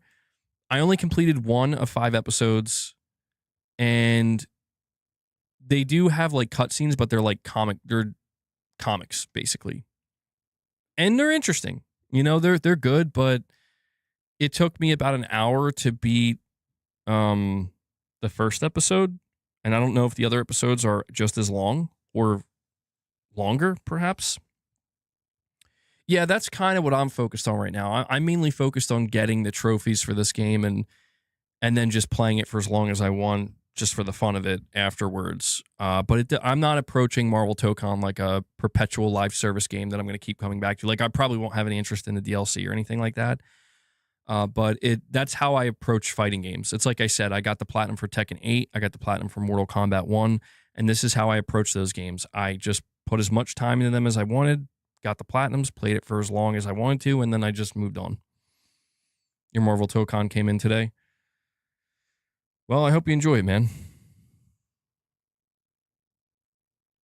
I do hope you enjoy it.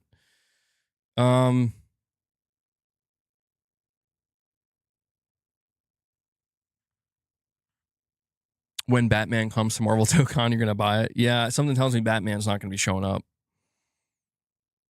But we'll see how this game does for Sony. Again, I would assume it's doing better on PlayStation 5 right now than it is on PC. The PC situation for this game is not looking great. I do wonder, though, like, what Sony's expectations were for this game. Like, I wonder if it's actually selling well or if it's struggling. I wonder if it's like below their expectations or just at the cutoff point. There seems to be a decent amount of players. It'll be massive in Evo, probably. Yeah, it seems like there's going to be a significant competitive scene around this game.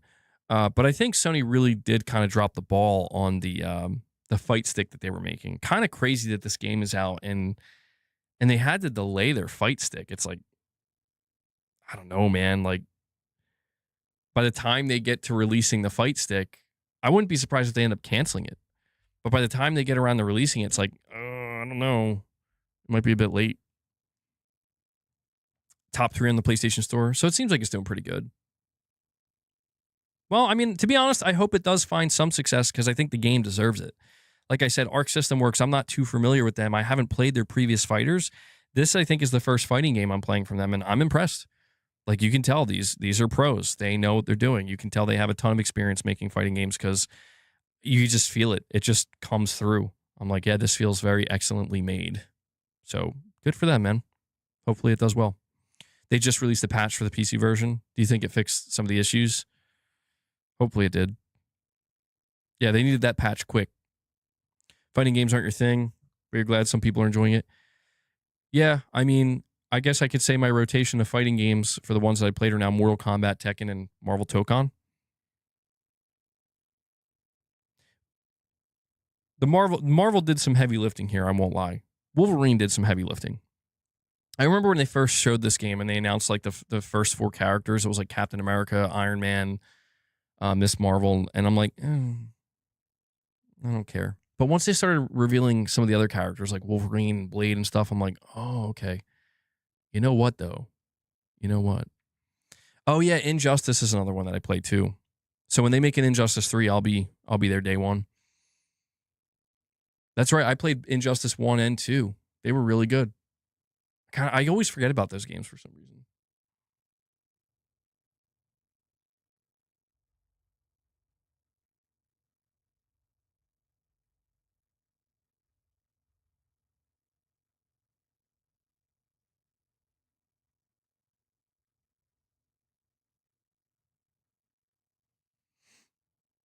Ever tried to mod off a controller to dedicate it to a game?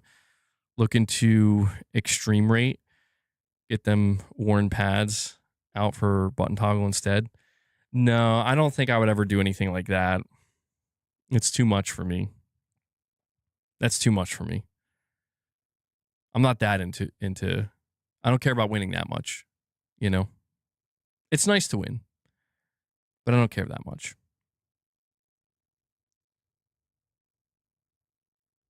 Okay, so let me see here.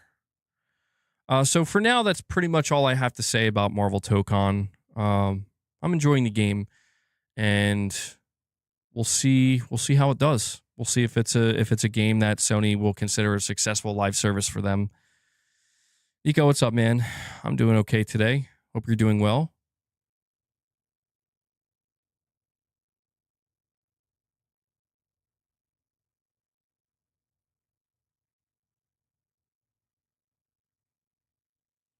All right. You've really been enjoying the beta for E-Day. Yeah, I want to get some more playtime in with E-Day. Hopefully today. I think it's ending today and it's not coming back until Thursday or something. I'll try to get a little bit more time with it.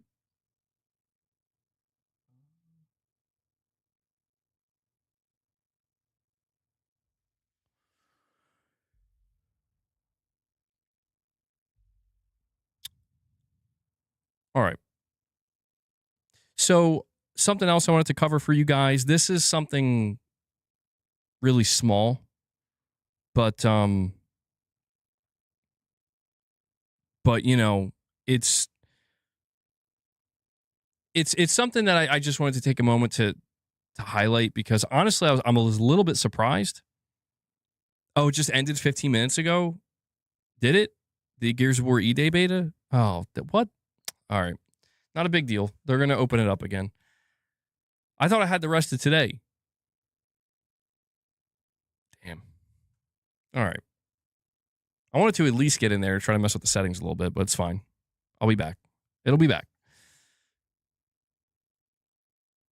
All right. So, Insomniac, in celebration of Spider-Man: A Brand New Day, they released a new update with a free suit. And we did cover this. This was the Brand New Day suit. And apparently people were not happy with this. And it's because they feel like Insomniac really messed up the suit itself. And so it seems like Insomniac was paying attention because they released an update for their free update. Now, I guess it makes sense because if you've been paying any attention to the Spider-Man games, and I'm assuming it's true for PS5 as well, but we saw it through Steam with the release of Spider-Man: A Brand New Day, these games saw a pretty significant uptick in player count. So, probably a wise decision for Insomniac to correct this, but they say we deployed a new update for Marvel Spider-Man 2 that includes improvements to the Fresh Start suit based on player feedback. And one of the biggest things that they apparently messed up, which I guess makes sense. I'll see if I can bring this up. There's before and after here. Let me see if I can just pull the image up for you. Just give me one moment.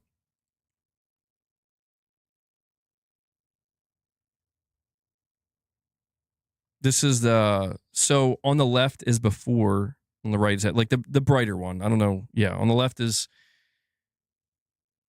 the before. So people were like really unhappy with the color of the suit. They feel like Insomniac, and this I've noticed this with Insomniac. It's not like, to me, I don't care. I'm not that much of a nerd. Okay? I don't care. But I have noticed that Insomniac seems to kind of mess up sometimes with the color grading of the suit, because I remember when Spider-Man 2 was first revealed, people were like, why does this suit look like that? Like, it almost looks orange. And they're like, yeah, we got to fix that.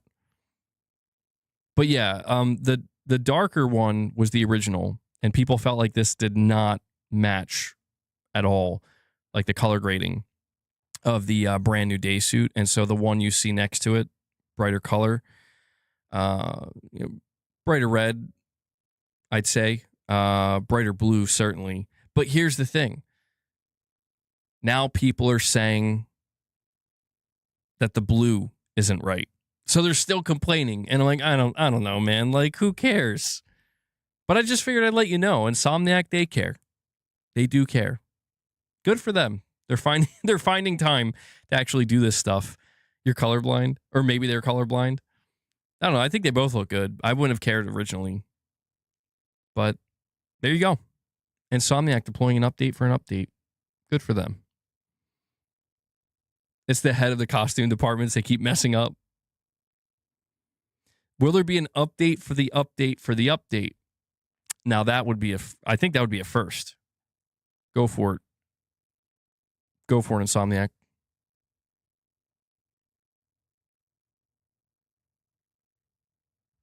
All right.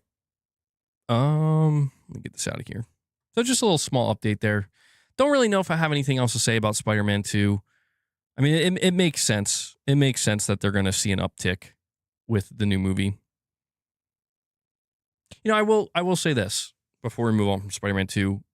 We're a couple years removed from it. We're like 3 years removed from Spider-Man 2, basically. How are we feeling about it? Are we feeling better about it as time goes on? Are we feeling worse about it? Or do we feel the same? Insomniac is just a superhero action adventure studio now. I grew out of that nostalgia after Avengers Endgame. Yeah, it does seem like... Oh, you're not excited for Doomsday at all?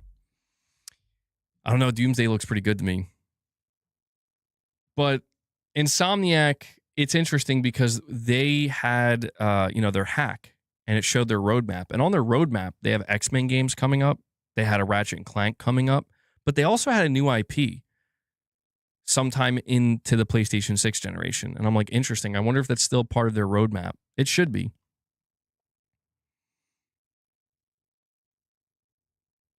You think Insomniac Games is top tier for PlayStation? I agree. I mean, I love Wolverine, and I can't deny that I still am saying what I've been saying, and that is I think Wolverine's going to be Insomniac's best game ever. I really think so, man. I can't deny. I think it looks awesome.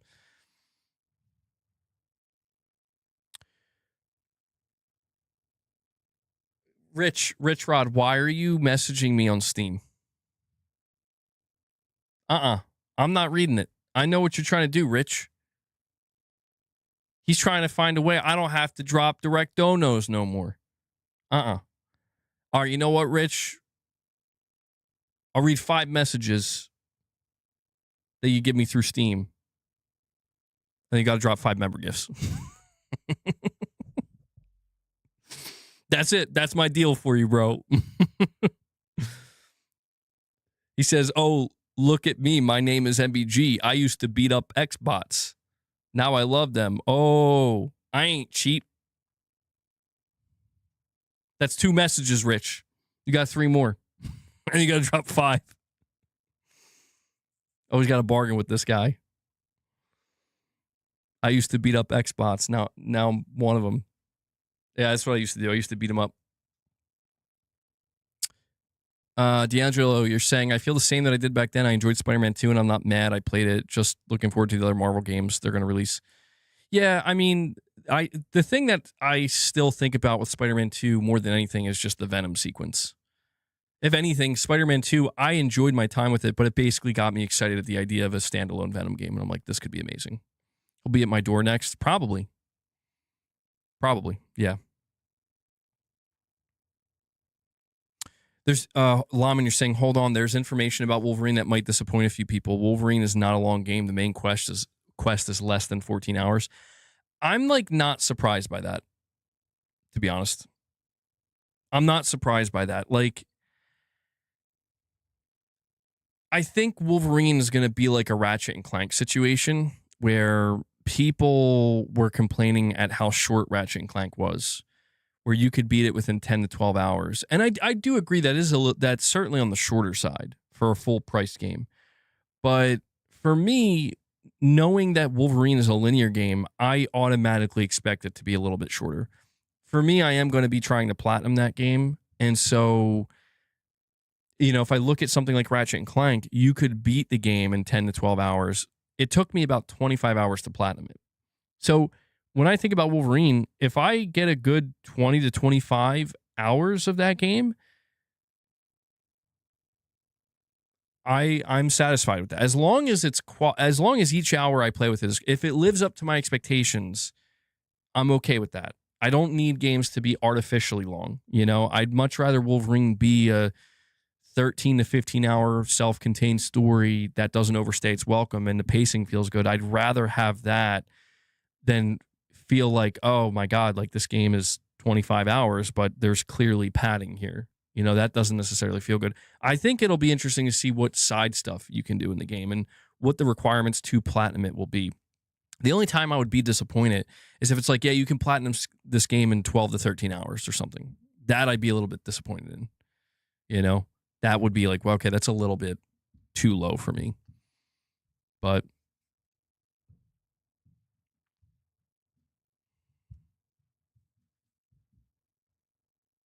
Sony isn't interested in any remakes for Ratchet and Clank or Jack and Daxter: The Resistance. Yeah, I'm not surprised, to be honest. We'll know the length with the previews coming up. I'm sure they'll talk about it, yeah. But I will tell people to prepare themselves because it is confirmed to be a linear game. And I'm like, linear games, it's very, very, very rare that linear games go beyond like the 15-hour mark, you know, into the 20, 25 plus hours. It's just really difficult to do that, you know. A lot of times I think the open world game structure, it facilitates a longer playtime naturally because it is open. You have the freedom to explore, so that takes time. But then there's also, you know, again, the structure of an open world, it sets itself up for many different side quests and different things you can do. There are no side quests in the Wolverine game except for Easter eggs. Oh, well, I guess that makes sense. Yeah, I don't know how there could be side quests if it's not open world. We'll see. Once the trophy list comes out, we'll have a pretty good idea. I mean, is there a fear of this game just ultimately being too short? Maybe. Like, I won't lie, there is something potentially a little bit disheartening at waiting 5 years for a game to then basically be done it and have the platinum in like 15 hours. But I don't know. It's all in the eye of the beholder. You know, it depends on what you get out of it. And so, like I said, the way I've always operated is it doesn't really matter to me how many hours I spend with a game. If I get an ultimately satisfying, and that's the keyword, satisfying experience from it, the playtime is mostly irrelevant.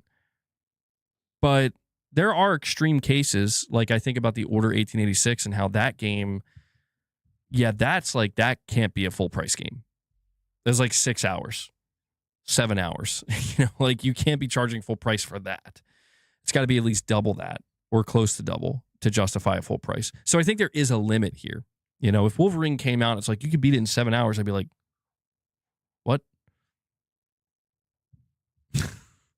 Rich, calm down, bro. Calm down. By the way, guys, do me a favor. If you haven't already and you're enjoying the stream, please take a moment and hit that like button. We're at 93 likes. 7 more, we hit 100. Really helps the streams out. If you want to support what I do here, consider becoming a member. Consider gifting memberships. There are a myriad of ways you can support the channel directly. Really appreciate it. Hold on, let me see. Your source now says the game is around 11 hours. The game is $70. He says people are going to complain. Oh, yeah. Especially now with all of the controversy surrounding Sony. So once that news comes out, people are going to be upset, but I don't know, man. I don't, there's not much that could happen with Wolverine to make me less excited for it. I mean, am I a little, like, would I be more excited if I found out that Wolverine was going to like take a minimum of 20 hours to beat? I guess I would, because it's like, oh, I get to spend more time in the game. But again, it's like, I just want the game to be what it's supposed to be, what it needs to be. You know, it doesn't have to be anything more. It doesn't have to be anything less. Some of Naughty Dog's games remind me of, I think some of Naughty Dog's games are an example of like how, you know, you can extend a game's playtime. Uncharted 4, The Last of Us Part 2, these are games that take like 25 to 30 hours to complete a playthrough, and they are single player linear games. But in my experience, it's like there's absolutely some pacing problems here. Not major. They're minimal pacing problems, but they do exist. And so it's like, I'm okay with that. If that's what Naughty Dog wants to do and they feel like they have to do that, I'm okay with that. But we'll see. Satisfaction is the key word for me. How I'm left feeling after playing a game is really what matters most to me. There are times where I feel dissatisfied or not as satisfied as I would have hoped. There are times where I played games that went on for way too long. I think about like Final Fantasy 16 and how it was like, dude, I was praying for that game to be over. You know, I put over 100 hours into it because they had all these side quests, and I'm like, this is crazy. Like, this is actually just making the game significantly worse. So it goes both ways, you know? And we have Sergio. He uses his milestone chat. Member for 32 months. Thank you for that, man. Says, I love linear games and don't think that all games need to be long. I know that many people think that a game needs to be 50 to 70 hours for full price, but I disagree if the story, gameplay, and pricing is good. Yeah, I mean, I try to keep it in perspective as well, where it's like we have to think about the money we spend on other forms of entertainment and what our expectations are with those, you know? I think a lot of times if you think about paying to see a movie, right? These days, if you're going to see a movie, especially if you're going with more, if you're not just paying for yourself, but you're paying for 2, 3, God forbid, 4 or 5 people, you're probably paying way over $100. Like you're paying a lot of money. And I think the only thing that's actually going to matter, you know, for paying for that experience is how you're left feeling after the experience. Was it worth that money? It's not the time, you know what I mean? It's like, how was the actual theater experience?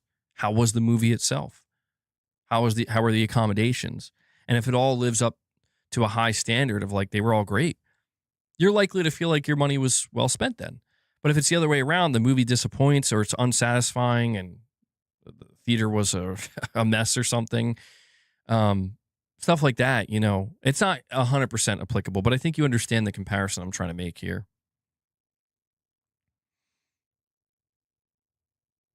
RE9 is easily completed in under 4 hours, but to get cool infinite guns and stuff, it requires multiple playthroughs. Yeah, and so I think maybe the real question with something like Wolverine that people would have is the replayability.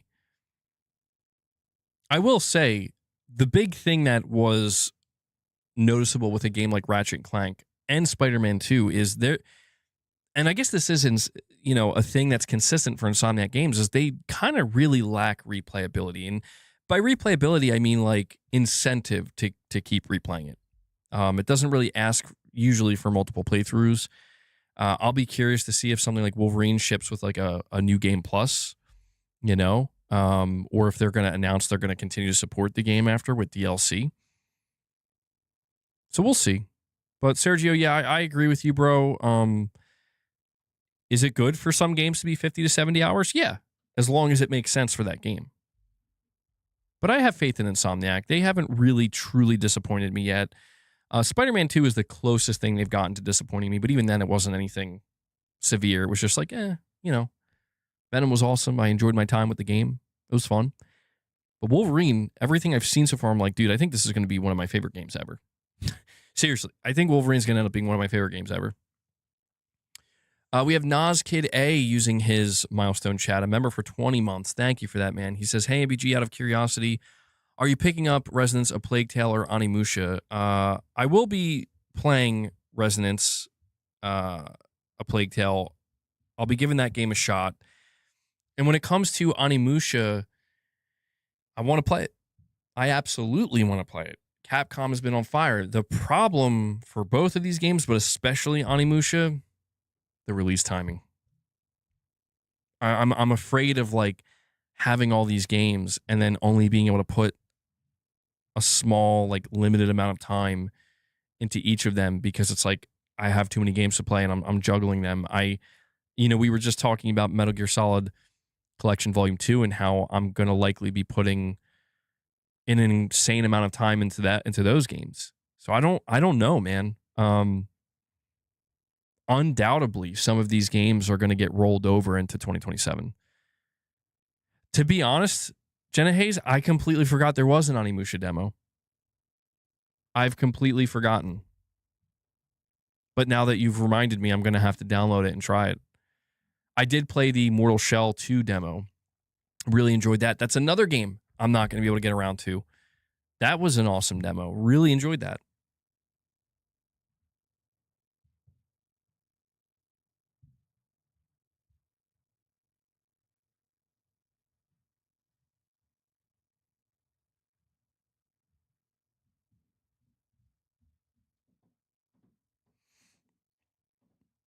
Zanarkhan, what's going on, man? Just saw you in the chat.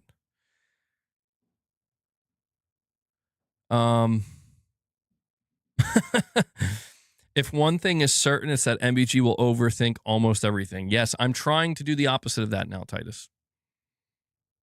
I'm trying to just not overthink anything. You did play the Onimusha demo on PC, some fun combat mechanics. I think it got some criticism from what I heard. People were saying it was like too easy, like way too easy, way too simple.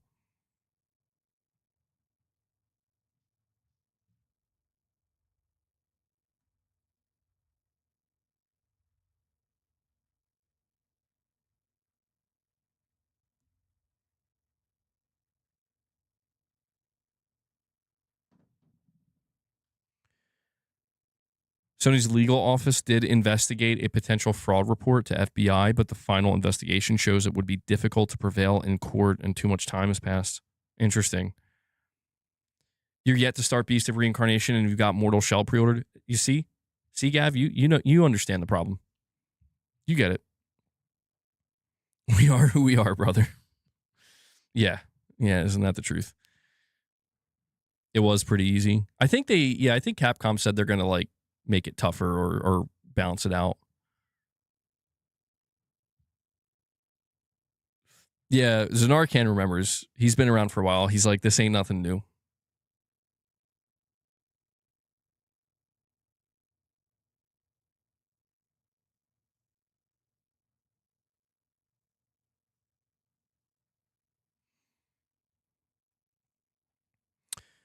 All right. We have another topic we're going to go over and cover, though.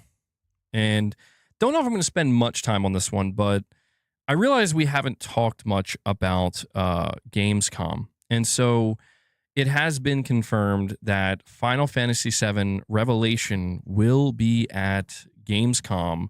It's official. We will be graced with a new look at Final Fantasy VII Revelation later this month during Gamescom Opening Night Live. Jeff Keighley's showcase takes place on Tuesday, the 25th of August, and I will stream that just before the German convention opens up to the press and public the following day. The thing is, we've already seen a surprisingly decent amount of Revelation, courtesy of its big Summer Game Fest reveal back in June, so it's tricky to predict what will be shown off this time.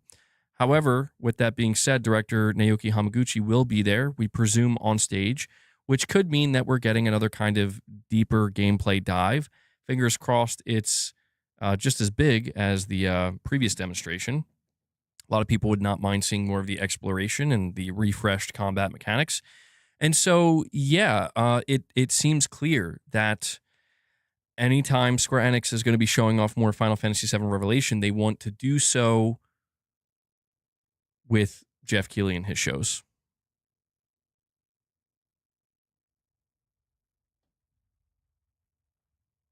And so, I mean, Final Fantasy VII Revelation, I have yet to beat Rebirth. I'm going to have to get around to that. I'm going to have to sort that out because I don't imagine I could go into Revelation without beating Rebirth first.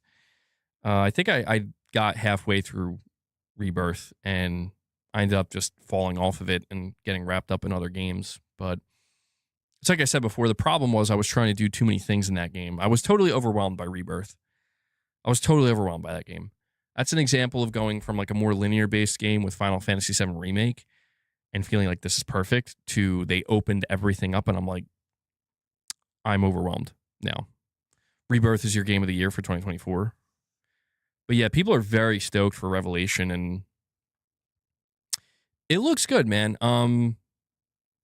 It's really interesting to see how things have played out with Final Fantasy VII remakes, how it really went from being like a strong like PlayStation exclusive and Square was all on board with it and it just kind of like fell apart and now they're trying really hard to be everywhere now. And I think that's a wise move. I think Final Fantasy VII Revelation is their last shot to really, like if Rebirth kind of underperformed or didn't meet their expectations, if Final Fantasy 16 didn't meet their expectations, Rebirth is the one, or sorry, Revelation is the one. It's like, you got to give it everything now. And from what I can tell, I mean, it seems like there's significantly more hype for Revelation than what I saw with Rebirth. Maybe I'm wrong about that, but I'm just kind of getting that vibe. And so it seems like it is going to get a pretty big showing at Gamescom. And I wonder if they're going to give a release date at Gamescom. If they don't, it'll probably show up again at the Game Awards, and that's probably when you'll get a release date. But are we? Did they say whether or not Revelation is going to be the first or second half of 2027? Still not touched FF7 Remake 1 or 2. As soon as the final game is out, you'll play all three of them together. Not a bad idea, Titus. Square Enix are not making much money these days. They have their own struggles, certainly. This was the case with the classic games too. Part 2 was bigger in all areas. Part 3 gets very dark and emotional. Get ready. I like that, though. I'm excited about that. Summer. Oh, yeah, they said summer for Revelation. Okay.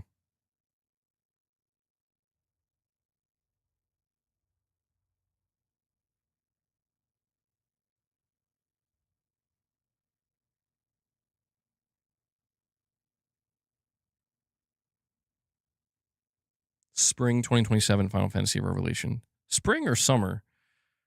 Hold on.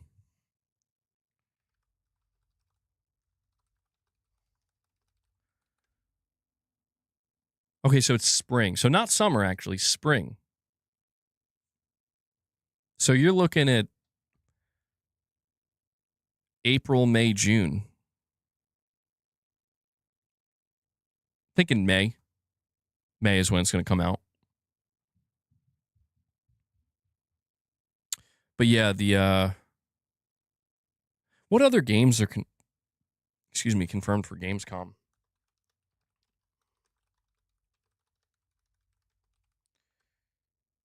Gamescom, I feel like, has been pretty disappointing for a while.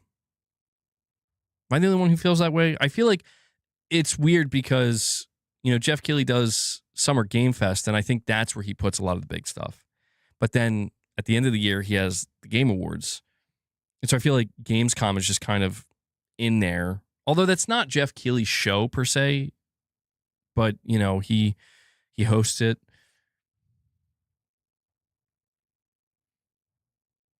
Trust the Final Fantasy expert, man. It's spring 2027, not this fake summer 2027 news. Yeah, he's like, I see why Revelation is in your name. Profile picture, Revelation in his name. Must be a Gears of War fan. Intergalactic's release date has been set for February 2028 internally by Sony. It was originally set for September 2027. The game is 65% complete right now and very delayed. Yikes. Yikes, because no physical release for Intergalactic? Well, hold on, though.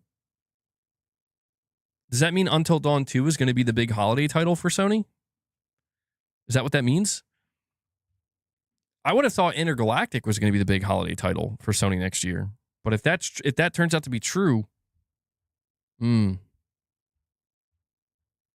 interesting. Will Part 3 also release with 2 discs like Part 2? I'm afraid not even on a single disc. I mean, there's no confirmation of a physical disc version of FF7 Revelation yet.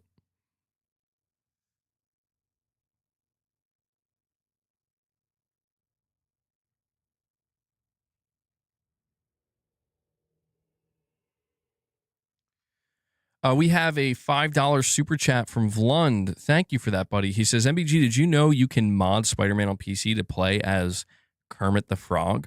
I think Square said they will not be remaking other Final Fantasy games with the same big budget. I wouldn't be surprised if they did say that. Yeah, I don't know that you could go bigger than the Final Fantasy VII remakes. But somehow I did know this, Vlund. Yeah, I've seen a lot of crazy mods for Spider-Man 2. Modding is not very interesting to me, to be honest. Like, it's interesting for the laughs. Although they do, I know that they actually do have some mods that change certain games for the better with like certain graphical enhancements and stuff like that. And that's cool. But playing Spider-Man 2 is Kermit the Frog. And play the Venom section as Kermit the Frog. Vlun, thank you so much for the super chat, buddy. Blood Message is set for September 2027 instead. Until Dawn is set for summer 2027. I'm really excited for Until Dawn too.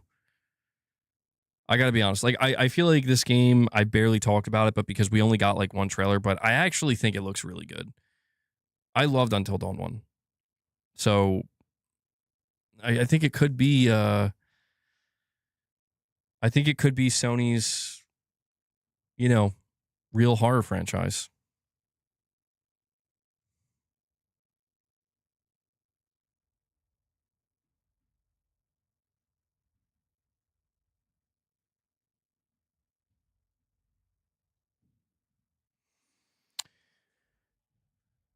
Final Fantasy Remake Part 3 will be on 2 discs. Part 1 and Part 2 are on 2 discs, man. I know, but like, well, let me bring this up. FF7 Revelation physical version. So a physical version for FF7 Revelation is not yet officially confirmed. Director Naoki Hamaguchi stated that while he is personally pushing and working to arrange some kind of physical edition, Square Enix is still sorting through the internal platform rules, capacity limits, and how physical media is going to be handled going forward. So it's a little bit up in the air right now, man. Oh, Luna has joined us. Guys, we need to try to hit the member goal today of 25. We still have a ways to go. We only have 6. But if we hit 25, we will feed the beast some drugs. Catnip. Hello, Luna. Well, this is pleasant. Luna's come to pay me a visit. She's letting me pet her, which I always appreciate because she has the best fur. Don't tell the other cats I said that.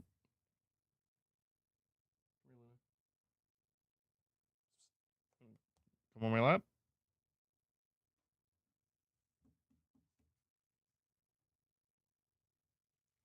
All right. Lastly, playtesting for Horizon Hunter's Gathering stands at 53% approval based on 467 respondents in Nordic. That's not great. Yeah, that's not great. That's really bad. Very, very bad. I mean, dude, at what point do they have to cancel the game? Because it's just like, this ain't it, Chief. You know? Until Dawn would be a very good Halloween game. Agreed. Yeah, that's what I'm going to play with Mrs. MBG. She really liked Until Dawn as well. We saw the movie together. It was good. It was good. Apparently, everyone wants to send packages today specifically. Uh-oh, Michael. Uh-oh. Did your experience not go well? Oh, man. I feel bad. Man, Luna looks huge up there right now. I'm nervous about what Michael's sending me. It'll be something crazy. I think Ray said he was sending something out too. You streamed Until Dawn. I remember at one point I jumped like a rabbit. Yeah, yeah. I can't find one that's not 50 people deep. Really? Dude, that's crazy because like when I went into my post office, there's like no one there. Damn, dude. Well, don't stress. Don't stress, Michael. You know? I'll give you my actual home address. I'm just kidding. I mean, I would trust you, Michael, but probably not a good idea for me to do that.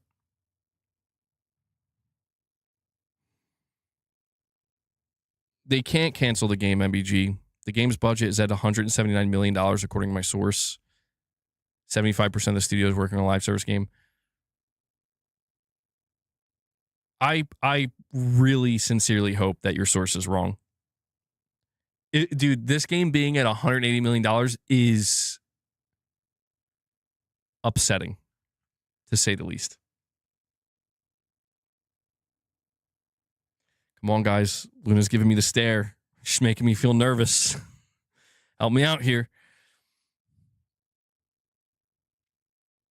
Oh, you already have that, Michael? Good, good. I'm not even going to ask how. They said starting 2028, no more disc production, but the PS6 will be late 2027, so technically that's when it starts. Yeah, 175 or 180 million for a Horizon live service game is wild. Absolutely wild.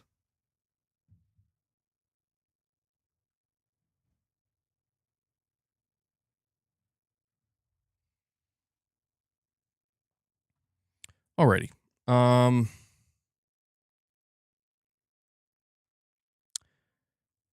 Little something here.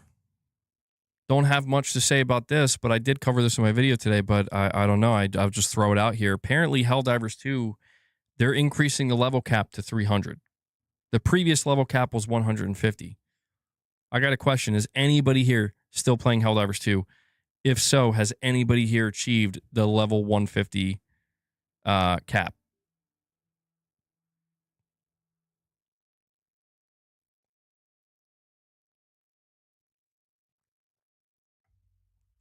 Virgo just says no.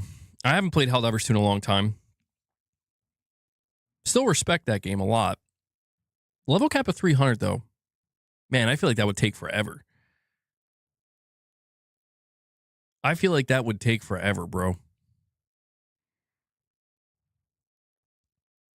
Gonna be super honest about Until Dawn 2. Stories getting polarized opinions based on playtesters. Interesting. So, guys, I want to hit the goal. You know that. I feel bad, though. I'm going to give Luna a little bit of catnip now. Okay? I'll give her a little bit now. I'll give her more if we hit the goal, but I feel bad. She's clearly waiting. All right.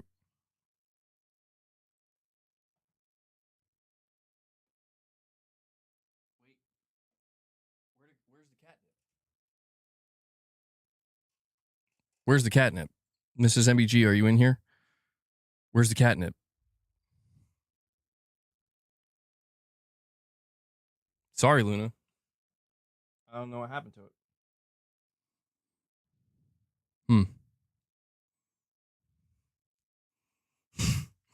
Don't bring that up, Titus. Don't bring that up. Catnip is all digital now. Sorry.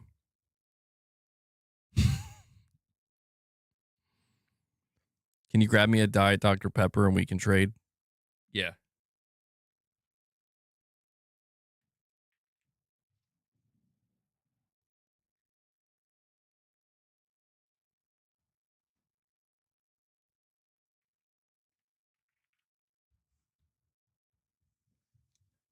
My shoelace is untied.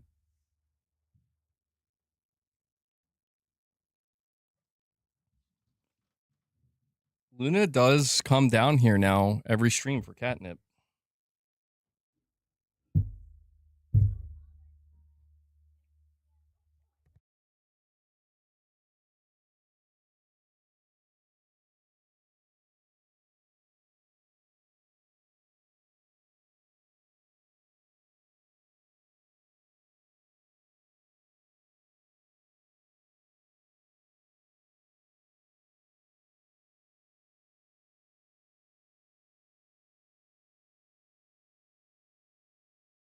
There we go.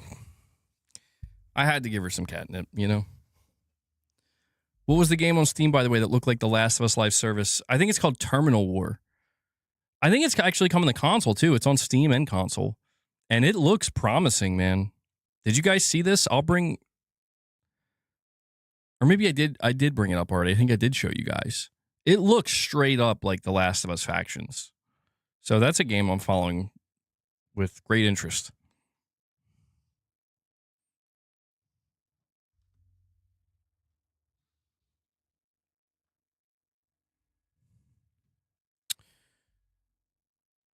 Only 17% are working on Horizon 3 and it's still in pre-production stages.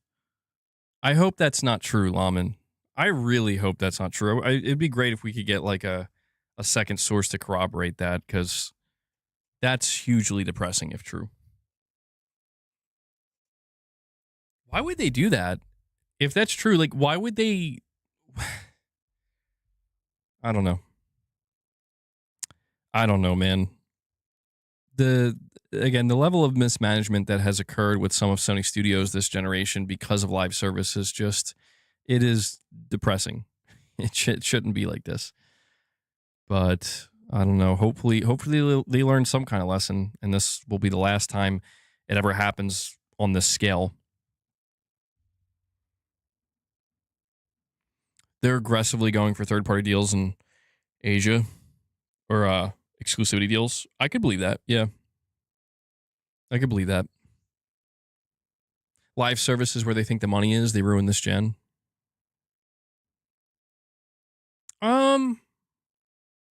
Yeah, I mean, they're not wrong in that that's where the money is. It's just, I don't know, they made bets and only one of those bets seemingly worked.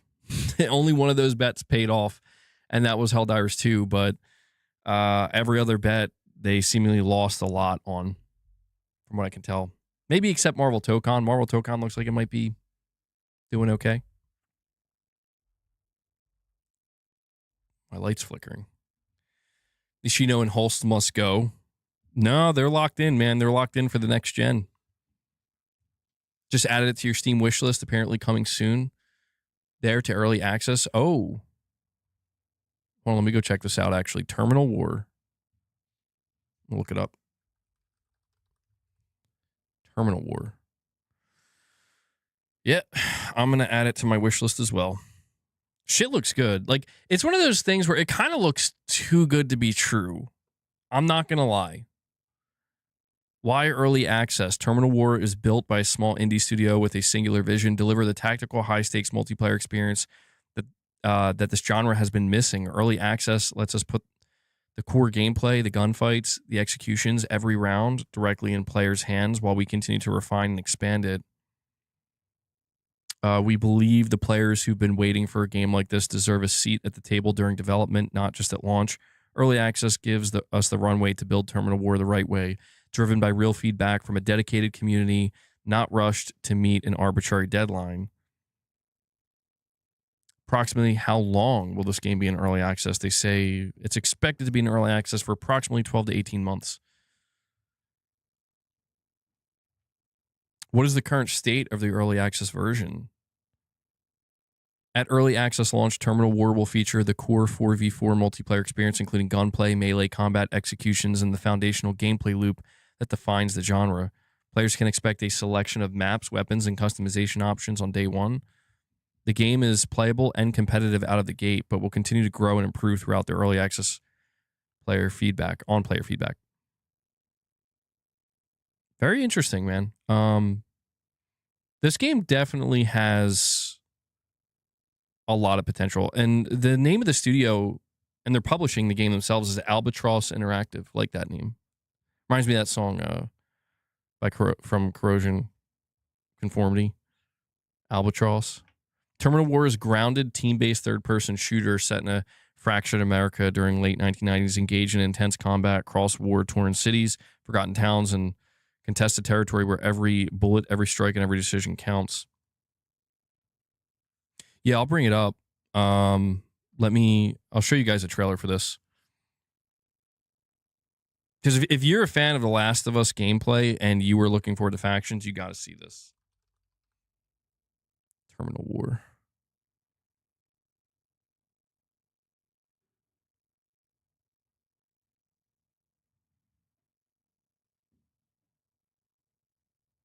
Sorry, let me get this out of the way here. Get myself out of the way. See Luna's chilling already.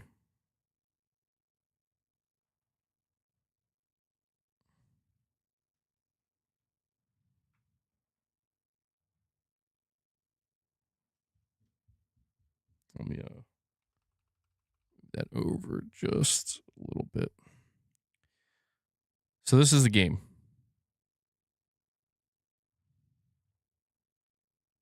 Terminal War. Terminal.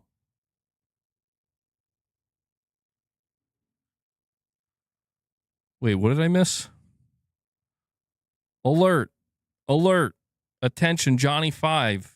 Incoming input as follows. Digital Foundry just confirmed Xbox Helix will support physical media. Let's effing go.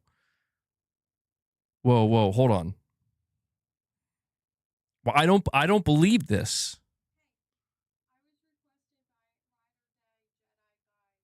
Yeah.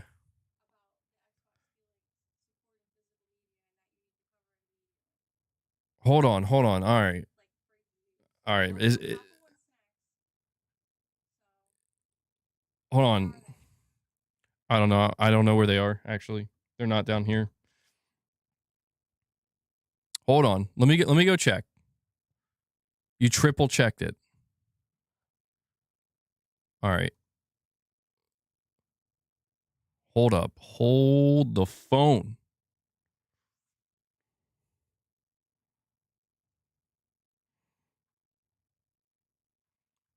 So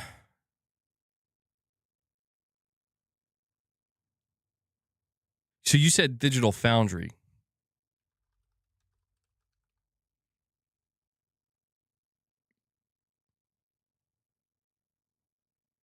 Oh shit, hold on. No, that's not it. Hold on.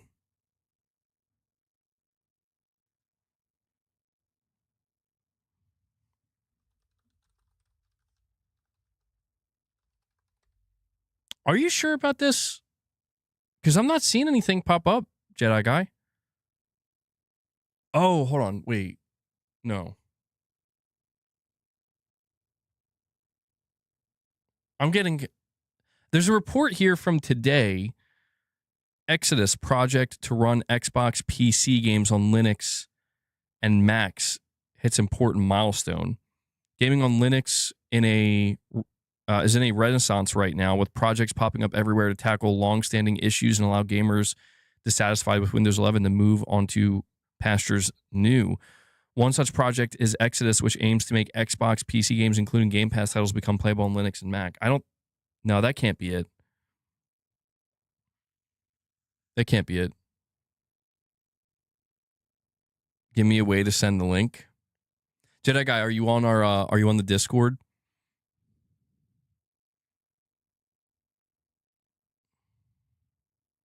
The only thing I'll send you the Discord link. The only thing I've seen is what John Linneman said, which I think it's like a week old at this point.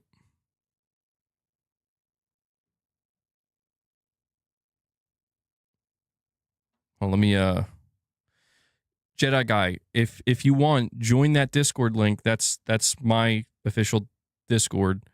And anytime you want to send me a link to something, there's a specific category for links. You can send it there. People do that all the time. Irvin, you're saying I can confirm that's fake. The only thing that I know of that's official is from 5 days ago. Microsoft reportedly planned to continue disk support before the Xbox reset.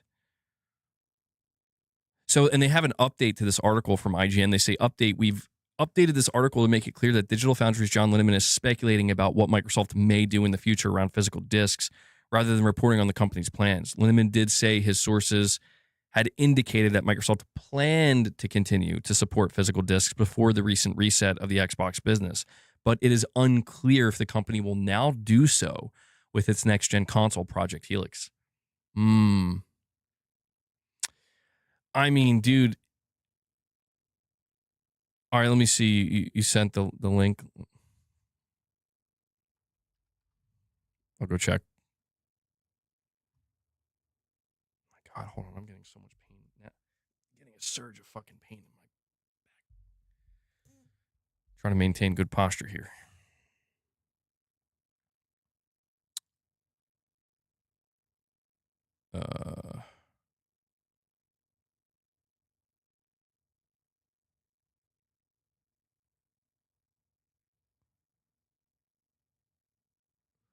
The only the only thing I currently see in my links tab is discussing film.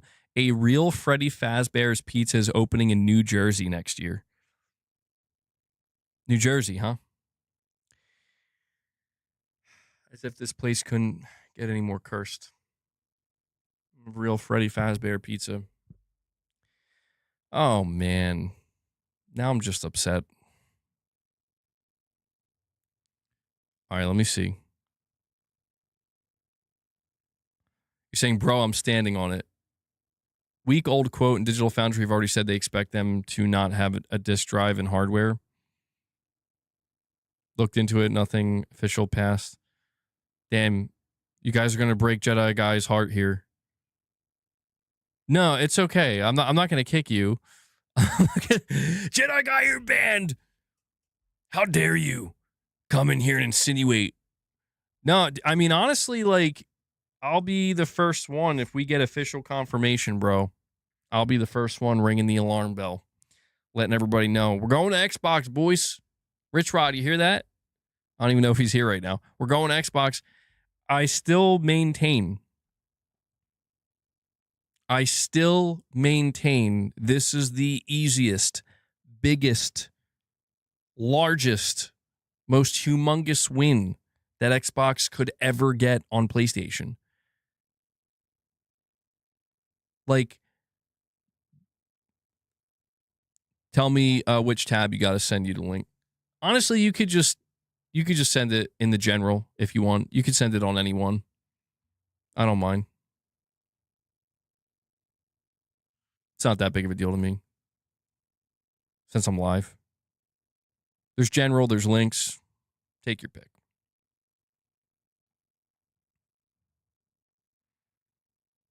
But Xbox should do this, man. It goes against everything Xbox has been pushing for. But you could make the argument that going back to exclusivity does too. And they did that.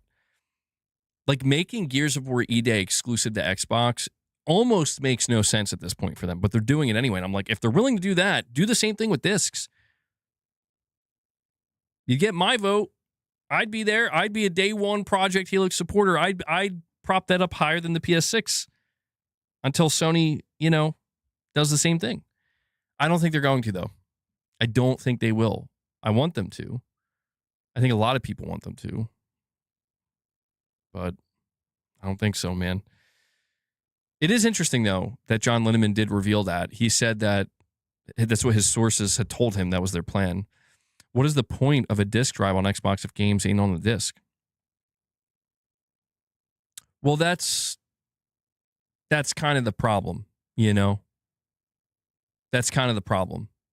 Is it's like, if it's not going to be on the disc, there is no point. It's like, that's almost no different than the code in the box. Hot drip inbound in 60 seconds. I don't know what's a hot drip. Jedi Guy, your terminology sometimes. The ability to convert physical games into physical license confirms that Helix will be digital. Well, yeah, that's what Positron is, I think, or part of Project Positron. I mean, I don't doubt Asha Sharma's ability to kind of like shake things up at the last second. She seems like she's willing to do that. I don't know, man. I think it is true that if you look at the way Xbox has been handling things on the physical side for the past like 4 years, I mean, they seem like the last ones that would be willing to come in and be like, we're going to save it. I tweeted at Asha Sharma a couple weeks ago. I literally tweeted at her. And we know that she sometimes sees what fans are saying. And I'm not necessarily a fan, but I was like, hey, announced physical games are coming to Xbox and you're going to have next-gen physical games. How funny would it be, though, if they did that? How funny would it be if they did that and they're like, we're bringing discs back. We're doing it. We're bringing it for Project Helix. It's like, awesome. The games aren't going to be on the disc. What do you mean? Well, you guys wanted discs, right? We're going to give you a disc, but the data ain't going to be on the disc. Could you imagine if they did something like that? Where it'd be like, these guys serious?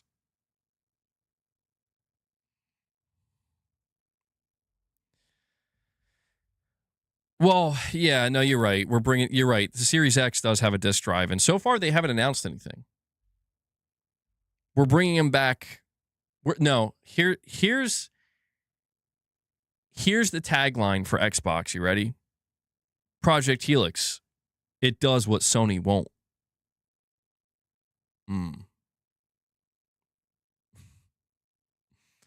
Project Helix. We got the discs.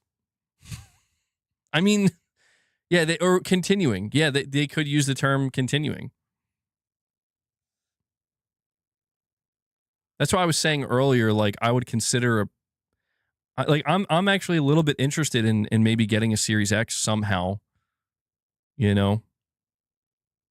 Pushing Polygon says if he's able to get the 25th anniversary, he'll send me his Series X.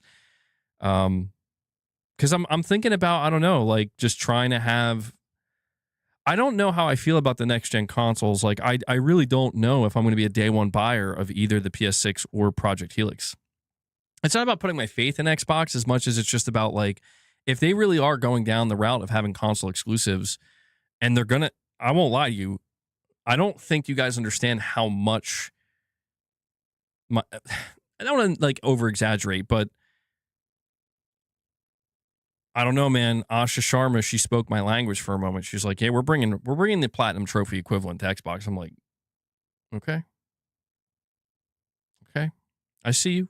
I played a little bit of Gears of War. You guys cooking over there with this? You gonna have a platinum trophy equivalent?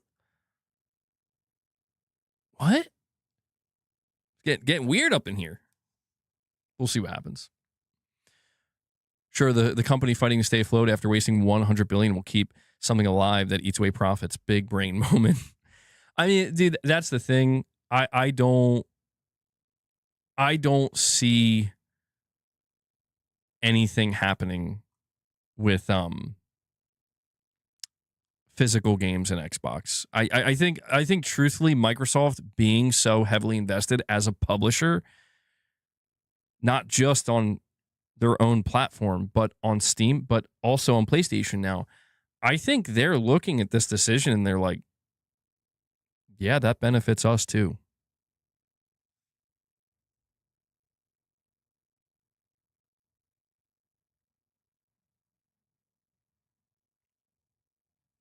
Oh, I just realized I'm still half screen. My bad. Damn it. I meant to bring up Terminal War. Okay, let's go back to Terminal War. I just realized I didn't actually play this for you. So anyway, this game is Terminal War. I just wishlisted it on Steam. It is going to come to consoles, but it's going to be early access on Steam. And look at this. Does this not look like a screenshot straight out of The Last of Us?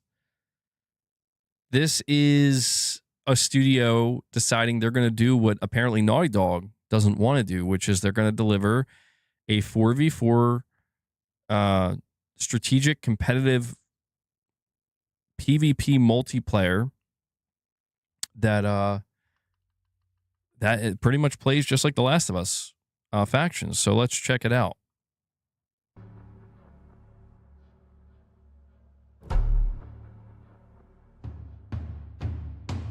Hold on one second. Like, dude, this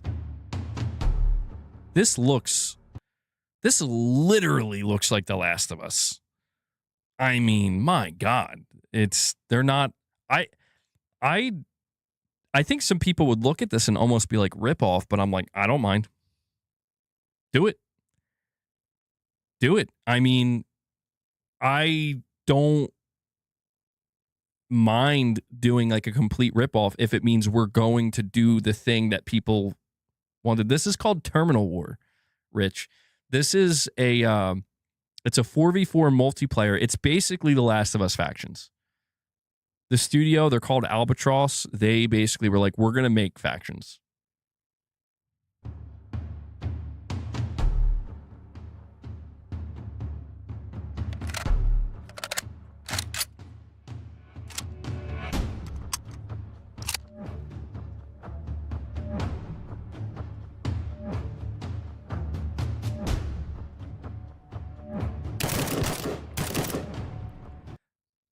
I mean, bro, like, I'm not gonna lie. It's one of these things where it looks too good to be true. I mean, I could tell it's, you know, more of an indie project, but I just mean like this looks so much like The Last of Us multiplayer. Or I'm like, everything you're showing me, if you guys nail this, we're actually going to get factions too. I'm so disappointed in Naughty Dog, man. Like that. See, this is like the sad part. Is like, how can an indie studio seemingly deliver based off of the trailer here on something that's like, Naughty Dog, you couldn't do this? You couldn't do this. Okay. If you say so. Imagine this blows up and is the next big thing. I hope it is. It says, I think at the end, it is going to release on Xbox and PlayStation too. So, MBG, you got to watch Hip Hop Gamer's GTA 6 video. He knew about the Netflix thing since July. He also emphasized that the word simulation and core gameplay mechanics are very complex compared to the predecessor. Interesting. I believe it. I believe it. Titus says he's still gutted. Bro, you're too easy to get hyped. It's 100% not going to play like that. Trust me. I don't know, man. I don't know. I mean, you really think it would change that much? I mean, I do worry with these indie projects like this, like how much of this is smoke and mirrors? Like, what's the final product going to be like? But it's the same thing with AAA games these days. So I'm like, whatever, man. I'm just, it's nice to see somebody's trying to do something here. Dropping in the Discord as well. All right, Jedi Guy. Let me finish this out. 2 people making it. There's no way. There's no way it's 2 people making it. Where did you hear that? They're going to name it The First of Us. The first and last of them.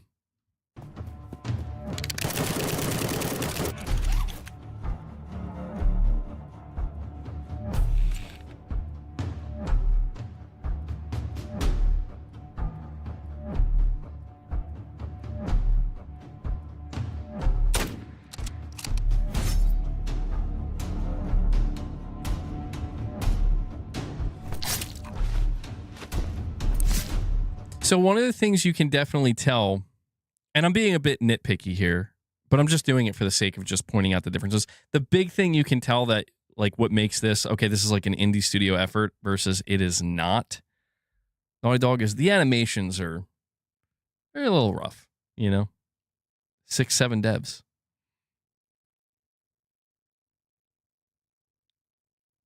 A few months ago on Reddit when it was shown.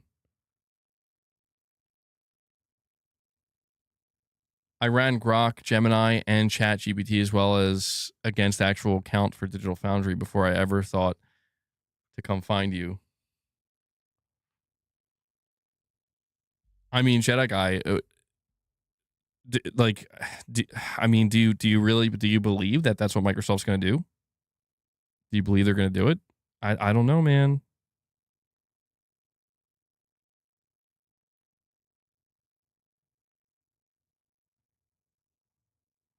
Let's finish this trailer up.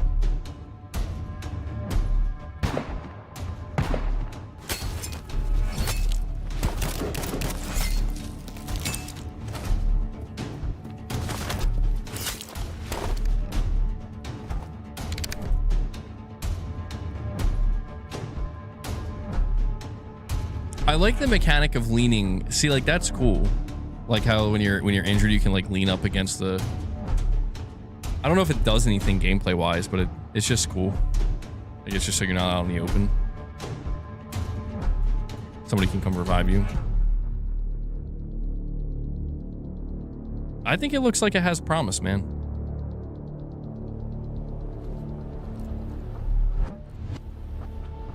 This looks like a map straight out of Last of Us 1.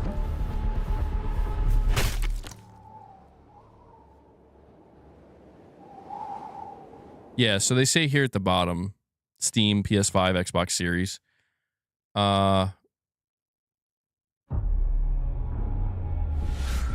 This guy said he played Terminal War early. Man, honestly, with GTA getting pushed to PS5 Pro at the moment, I feel like this is the only answer they have as a nuclear option, to be honest. You mean dropping GTA as digital only? Like that's them going nuclear?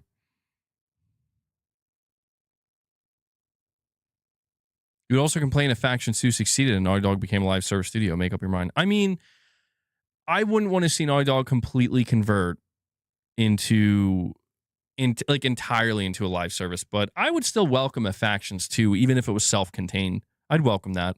I've always maintained that. Looks like it's called We, Them, Us, The Few.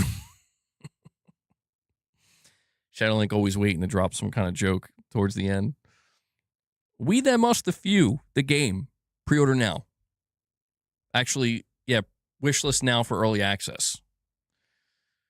Am I going to live react to the GTA 6 Netflix? I'm probably going to do a watch party where I'm not going to have it on screen. You're not going to hear the audio, but we're going to watch it together. You'll hear my live reaction. NBG's live reaction to GTA 6 extended look. Heavy breathing. Oh my God. Oh my God. Oh God.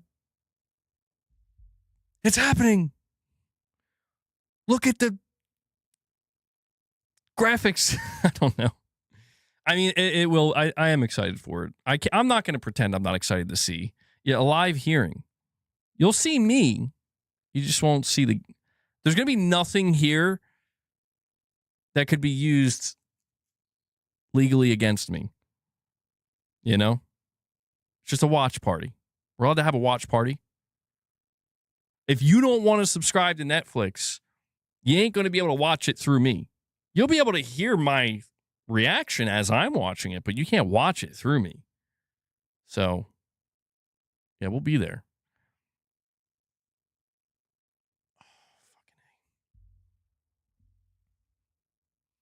A live hearing. Wait, the trailer's releasing on Netflix? They're really milking us, huh? Yeah, it's going to be a 6-hour exclusive, Richrod. Netflix is going to have it exclusively for 6 hours.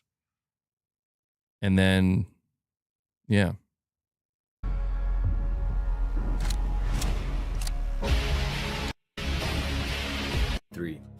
Developed by Albatross Interactive, Terminal War focuses on grounded 4v4 tactical PvP gameplay with an emphasis on survival, tension, atmospheric detailed environments, and brutal combat.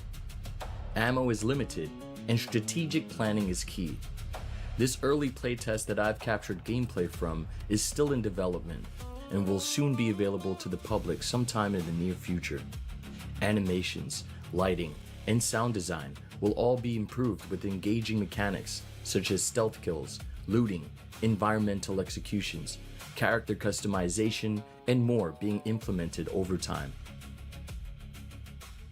You have both characters looking at each other before it happens, and it's like, dude, cool. Someone's gonna be coming through this fucking bridge, and it's still there. Hopefully this shit doesn't explode.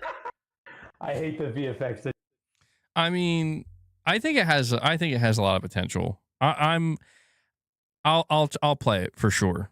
I mean, will it live up to the expectation? It's gonna be funny when this doesn't even release. Stop trolling, Cheese. All right, what do you think, this is abandoned? I've already been down that road. I've already been down the worst road you can go down, which is, oh, you thought this was a game that was gonna come out. Huh. Already been down that road. No, I mean that Helix is Xbox's only play to grab ground. Xbox, or against the market as a whole, they have to have kept the physical media thing as a last ace up the sleeve option to defend their spot. I agree. Yeah, no, I misunderstood what you said. I agree completely. These games appear all the time on Steam in early access. I mean, yeah, I know what you're saying. Like, it does happen, but unless, like, what they're showing is not even remotely actually representative of what the state the game is actually in, which is possible, but we'll know soon enough. They're going to launch it in early access, and I'll go hands on with it. I give it a shot. I think it looks good. I mean, who knows? Maybe it's like the jankiest game ever. But I'm glad that somebody's trying to do something. Like I said, because Naughty Dog ain't. All right, let me come back here. Guys, if you're enjoying the stream, please take a moment and do me a favor and hit that like button. Okay? We're at 115 likes. Let's see if we can get that up a little bit higher. And if you want to support what I'm doing here, consider becoming a member, gifting members. Sitting at 6 members on the day. I don't know. I don't know how much longer we'll be streaming. I don't know if we'll be able to hit the goal or not. MBG Jason Schreier just said that he doesn't expect GTA single player mode to have microtransactions. The thing that I saw Jason Schreier trending for was he said Rockstar's not talking about GTA Online 2 anytime soon. And that pretty much confirms to me that, yeah, I think GTA Online 2 is going to be a completely separate product. That's my guess. Him saying that confirmed that to me. Yeah, it's going to be released much later. It's a little bit disappointing to me. Brother, if I had to make a bet, the Helix will have an external add-on to run physical. But will we get new games? Like, will new Project Helix games get physical versions? Because I think what you're describing, I think PlayStation's going to have that too. I think you'll get a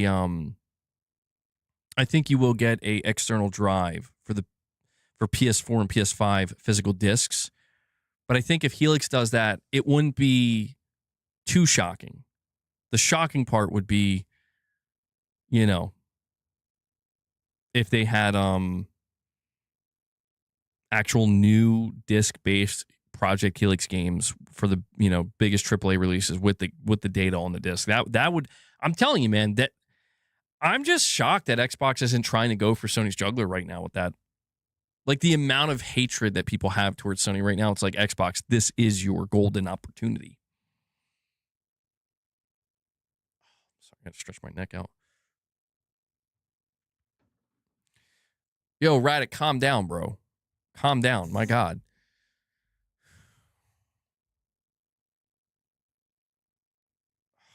Fucking A. They're still making loads of cash from GTA 5 online. Yeah, they are. Yeah, they are. I was hoping to go to the 3.5 hour mark with today's stream, but now I'm second guessing if I'm going to be able to. Starting to get a lot of pain in my neck now.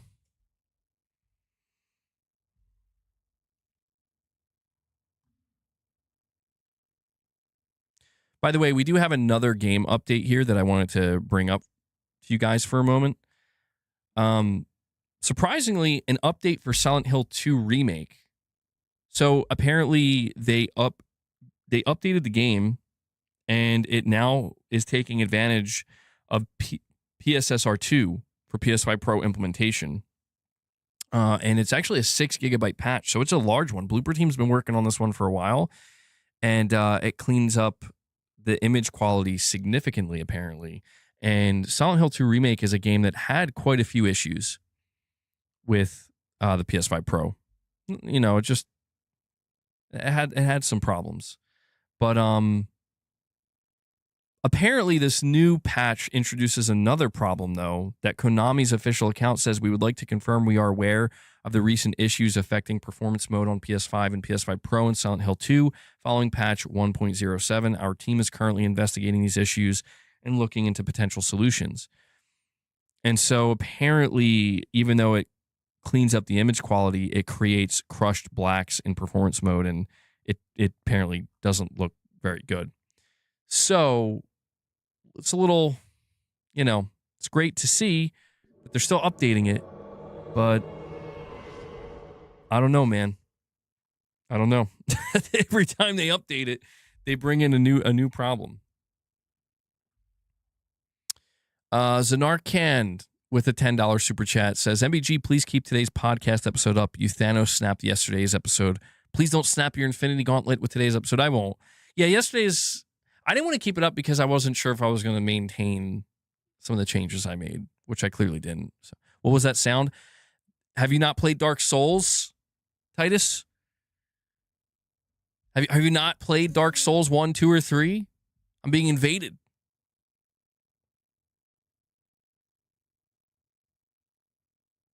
Thank you, Zanarkand. Yeah, you don't have to worry about that today, buddy. Thank you for the $10 super chat.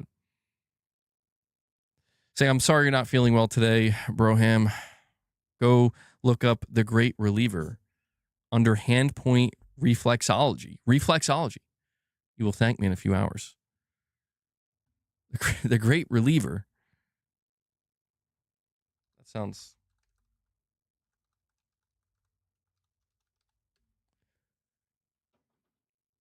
It's a type of massage. You press specific points on the feet, hands, or ears. These points map to different parts of the body. Pressing them helps the body relax, lower stress, and ease pain.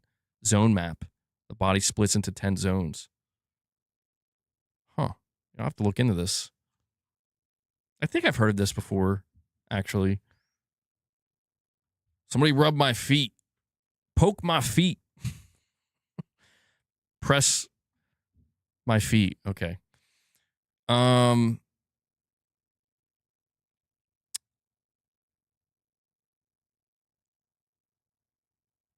Your mod does reflexology. What is this you're sending me, Irfan? 13 hours ago on the GTA 6 subreddit, Strauss Zelnick says the appetizers, main course, and dessert to follow after August 27th. Oh, man, Strauss Zelnick, he wants all of our money. Strauss Zelnick, wait until you see what we got. Nothing. I mean, I'm sure, yeah. Well, I mean, I imagine GTA 6 enters full-blown aggressive marketing mode after the Netflix presentation.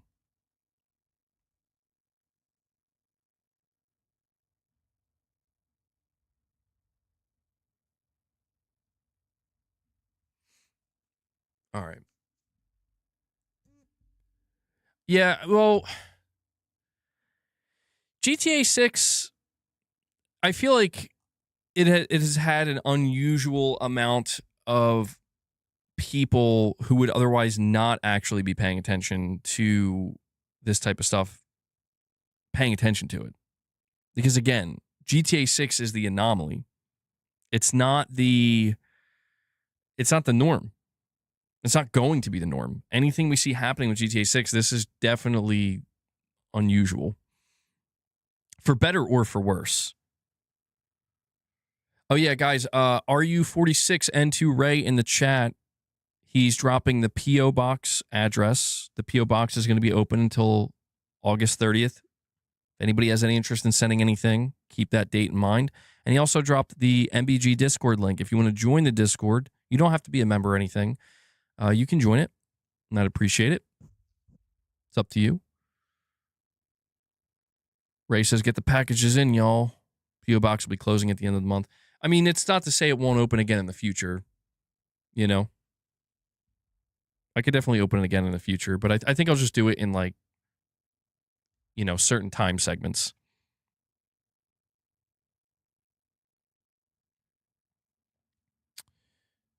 Speaking of the P.O. Box, how much to renew for the next year, bro?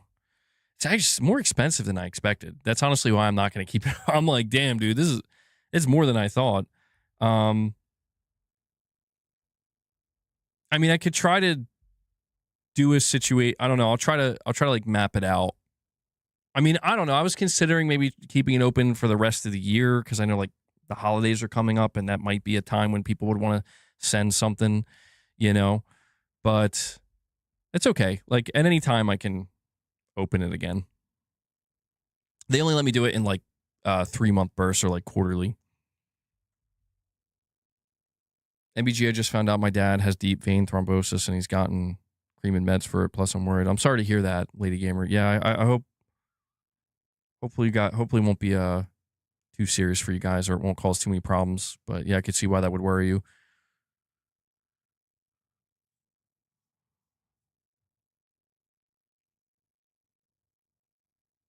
Send him the damn Series X so he can play E-Day with better visuals. Yeah. Why am I Thanos snapping my P.O. box? I only just heard about it, man. Well, I'm not Thanos snapping it. It's not my choice to... Well, I guess it technically is my choice. I'll have to see how much they want for me to keep it open for another 3 months. So basically, like, if I... on the 30th, if I go back, I can extend it for another 3 months, but I'll have to pay to do it. And I got to see how much they're going to ask for it. It's because it was way more expensive than I expected. I don't know what I expected, but I'm like, goddamn. Which is, you know, I don't mind doing it. Like, I don't mind if I can afford it and if people want to send stuff. I'm totally okay with that. But I just have to put out there that, like, it's been open for 3 months and I got one thing. And again, I appreciate that one thing a lot.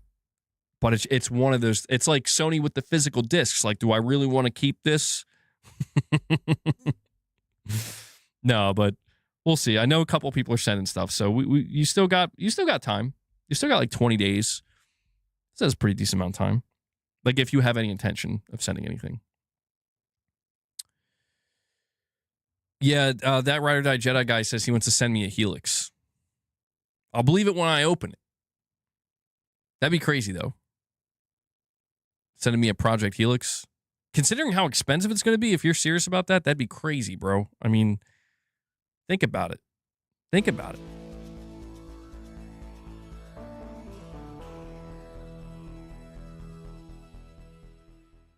You guys like that? Like that soundbite? Like that soundbite for the when people subscribe? GTA Vice City.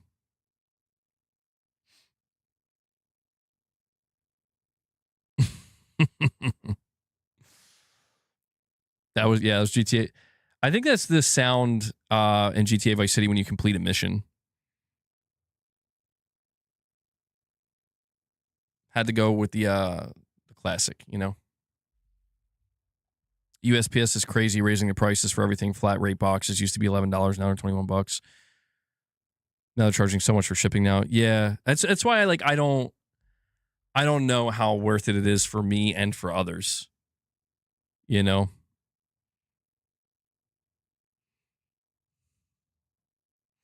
But I appreciate any of the support you guys show, whether it's directly on the channel or through stuff like that. I'm always appreciative of it. And add some Rogue Warrior. Dude, I don't know, man. I got to be careful. Like, at some point, YouTube's going to catch on and be like, ban that guy. Or, like, shadow ban that guy.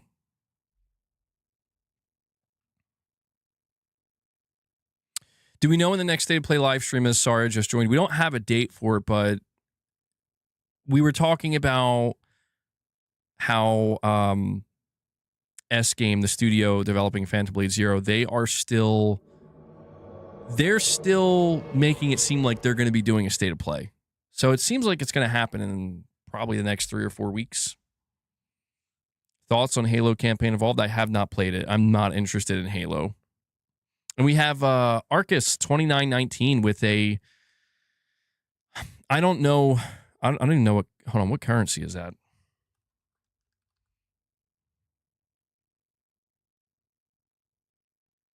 A Saudi real.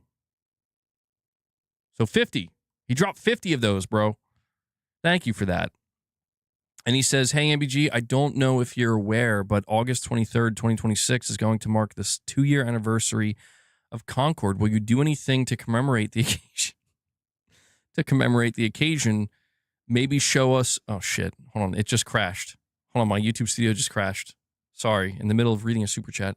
Maybe show us your platinum trophy. I mean, showing the Concord Platinum Trophy on the 2-year anniversary, I don't know that that's good enough. I don't know that that's good enough, man. It's a big deal. To show my Concord Platinum, that's got to be... I know you're so proud of that. I mean, I am proud and ashamed at the same time. Like, I'm ashamed that I actually got it. I'm proud of the fact that, like, rarest platinum that will ever exist for PlayStation. Kept the physical, so did I.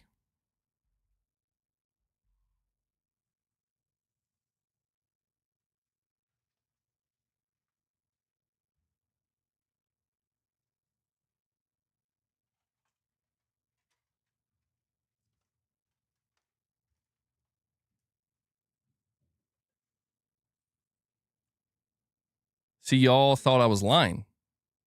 Y'all thought I was lying about getting the Concord Platinum? Notice how it's an opened copy. That's right. Opened. You want to know what's in it?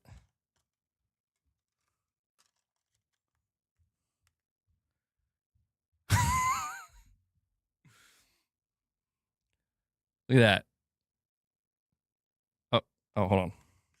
Wrong game. No, this is not trash. This is a good game. Here you go. There's the Concord disc. Look at it. We got code in here for the Monarch pack. So, will I show you my Concord Platinum? Will I show it to you in the 2-year anniversary? Was I refunded? I was refunded, yes. I was, even for the physical version, bro. Clown cord. Look at it, man. Join the crew of the North Star. Assemble your crew of free runner space outlaws and team up with friends online for thrilling 5v5 PvP modes across the Concord galaxy. Handpick your roster from a variety of characters and roles. Earn progression to unlock cosmetics and galactic lure. Win or lose. Change the course of the match and help lead your team to victory. Team up with friends on PS5 and with PC with online crossplay support. Notice how there's no pictures. I feel like that's strange and unusual. Like, what physical game doesn't show pictures of gameplay on the back? I don't think I've ever seen that before. I don't think I've ever seen a back of a game just have pure text. MBG takes a big pair of balls to show people you have a physical Concord copy. Respect, man. Oh, hell yeah. Dude, this is... Are you kidding me? Like, platinum or not, you got to have a physical copy of Concord. Now, granted, I don't know. I didn't buy it to, like, I want to sell it or something. I mean, I'm just like, hey, I don't know what's going to happen with this game, but got to have a copy at all times.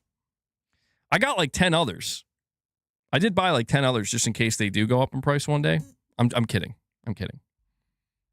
But I'll probably show my Concord Platinum, like, I don't know, maybe on like the 5-year anniversary or when I retire. I feel like when I retire would be the better time. Shadowlink is asking if I can show it again. He was driving. Sorry, Shadowlink, you missed it. No, here you go, bro. Look at it. Look at it. I want all of you to look at it. This is Herman's legacy. This is Herman Hulst's legacy at PlayStation. Not Horizon Zero Dawn, this. There you go. Shadowlink, I'm sorry you had to go. I'm sorry you had to see that. Why would you ask for pain like that, man? Show it to me again. Hit me with it again. I can take it. I can take it, MBG.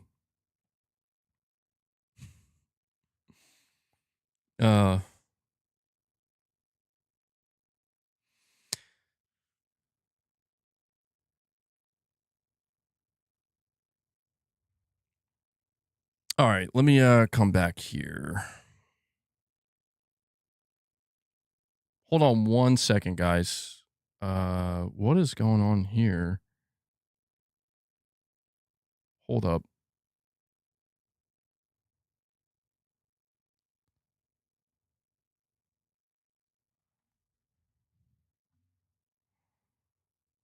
Okay. Sorry, I'm not sure what the hell is going on. Quick question though, Em. Are you studying for the Jedi question of the week? Next week? Is it this week or next week? You said it was about Indiana Jones, right? I've forgotten. I'm not going to lie. I haven't been doing enough studying. I'm nervous, though. I'm going to have to. Show the PS2 Resident Evil game again. I got to be honest, it's the first time I've seen it. Well, there you go. I have a disc of Resident Evil Outbreak, but I don't know whatever happened in the case. Yes, sir.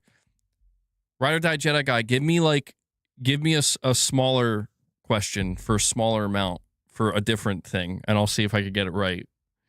So I won't feel bad if I get it wrong, because there wasn't so much hype. There wasn't so much hype surrounding it. Shadowlink, you're telling me you didn't platinum Concord? What kind of PlayStation fan are you, bro? You gotta be kidding me.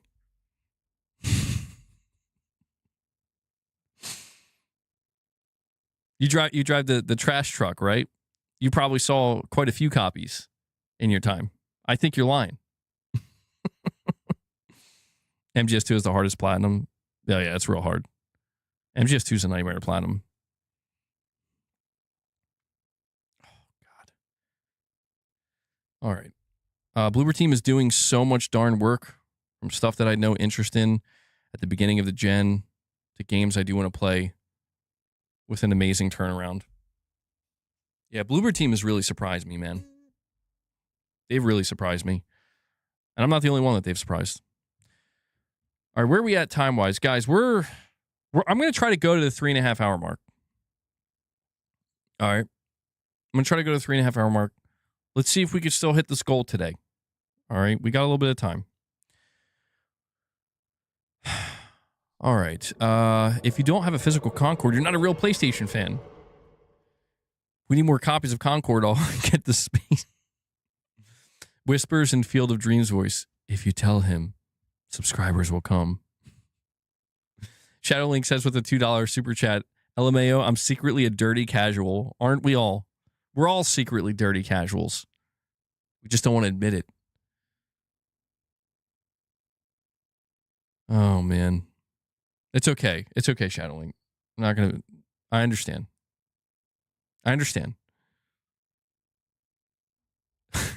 Shadowlink looks... Shadowlink's...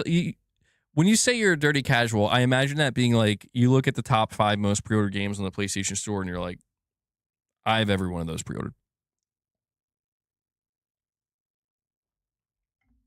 Everyone.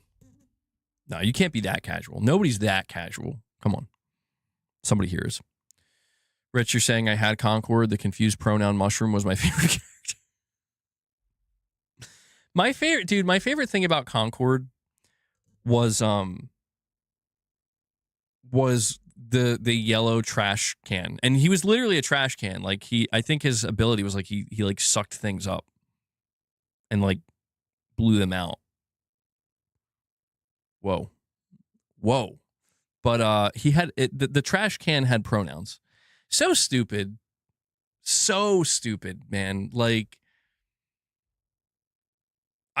dude, Concord, what a fever dream. It's still hard to believe that, like, there was an entire studio that Sony bought. They put out this game. Sony retroactively canceled the game, refunded it, and then shut down the entire studio, and that was that. And I'm like, my God. That's got to, I mean, I don't know that was more regrettable than what happened with Bungie, but it's got to be right up there. Crazy. That's literally what it was, a yellow trash bot. You can't make it up. I mean, dude, they were doing crazy stuff with the characters. Like, I remember there was this, they had like an old, lady as a character. It's like, all right, I mean, I guess. But yeah, then they have like a confused mushroom character. It's like pronouns unknown, or like, okay. You know what the sad thing is about Concord, like truthfully, is I don't even think the game was bad. Like it's not like it was like some like dysfunctional broken game. It was just they failed miserably in aesthetics and presentation, and like it's like, what if we actually were talented, skilled developers that knew how to make a competently playing a 5v5 game, but we made it like offensively bad looking. We made it laughably bad. You know, it's like, yes, that's where I've always, you know, if you go back, which you won't and you shouldn't, but if you were to go back and listen to what I said about Concord, my whole thing with it was like,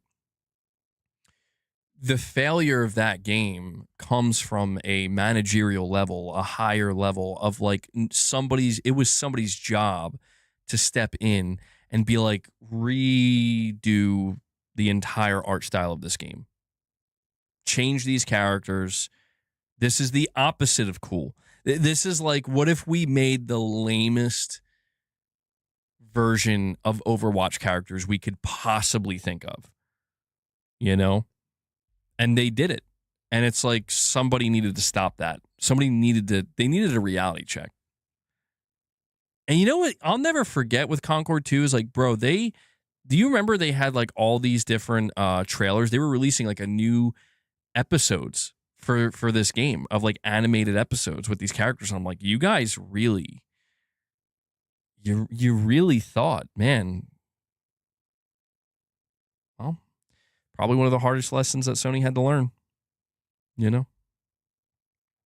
Game balance was all over the place. Maps were too big for the type of game they wanted to make. Aesthetics were terrible. Characters looked terrible. Yeah, I mean, the only thing I can remember with Concord for the short time I played it, in reality, it's like, I got the platinum. But I remember it's like it was smooth. It performed like it was an Unreal Engine 5 game that actually was well optimized, and the mechanics felt good. But yeah, everything else just fell apart completely. It was unsalvageable. Shadowlink with another $2 super chat says, the culmination of Wokies and SJWs in game form. Oh, man. The thing I'll never forget about Concord and reports we heard about its development, I will never forget this because I'm like, bro, that studio maybe deserved to be nuked. Was, thank you for the Unk Alert, was, there was a report that there was like a high-level developer there that demanded to be referred to as the professor. Like that was their name, the professor. And they were like really difficult to work with, and you just knew what type of person you were dealing with. And I'm like, how does this happen? Who lets it get to this point? Where it's like, why I mean, truthfully, you kind of can't feel bad for some of the outcomes here, where it's like, what kind of, somebody called it clown court earlier. It's like, what kind of clown show are you running, Professor X? Professor Trash. More like it. Call me the professor. Yeah, that's right. Not by my first name. Not by my middle or last name. You call me the professor. But like the thing about it, when I remember reading that report, is like apparently it was like a big deal. It's like, no, you call me that or else. Like, or else what? Like you seem mentally not well. And I say this as somebody who's sometimes not mentally well. Like, take a step back, you know? What are we doing? The yellow trash can was a self-insert. Oh, man. Richrod with the $2 chat says, problem with Concord equals woke and sucking each other from the back.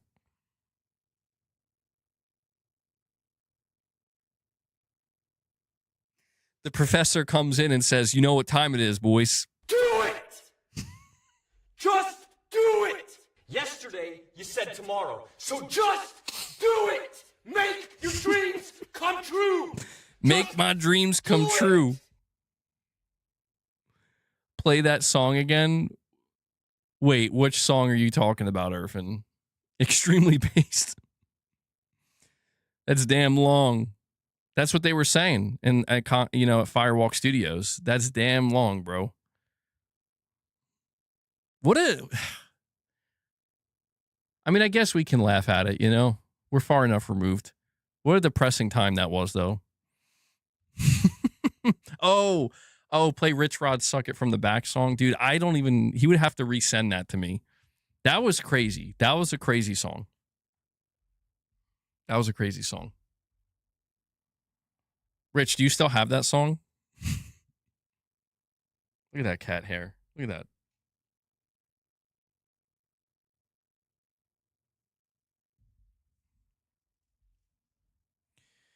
All right.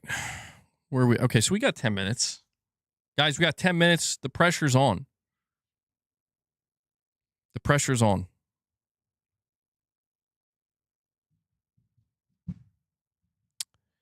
Hold on. What? I'm waiting for Rich to respond and letting me know if he still has. He's probably looking. You have to look for it.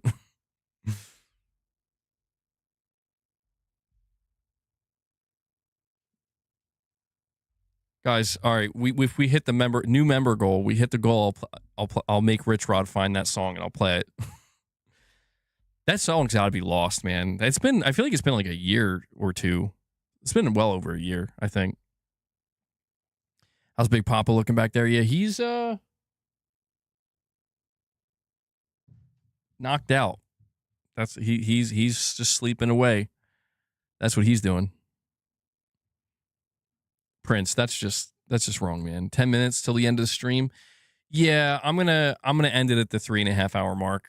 I'm starting to feel some pain, and you know, I did go through all the topics I wanted to cover today, pretty much. So if you guys want to drop any more support, in all seriousness, though, now would be the time to do it. Last call. We'll wrap it up here. We will be doing some more members content this week. I have an idea of what I want to do for something for a member stream this week. Nothing too crazy, but just something a little bit different. Just a little bit different. A turtle? What was that? Yeah, the turtle. It says stay hydrated for 550 joules. Thank you for the joules. Stay hydrated. And make sure you hit that like button, guys. We're 2 away from hitting 125 likes.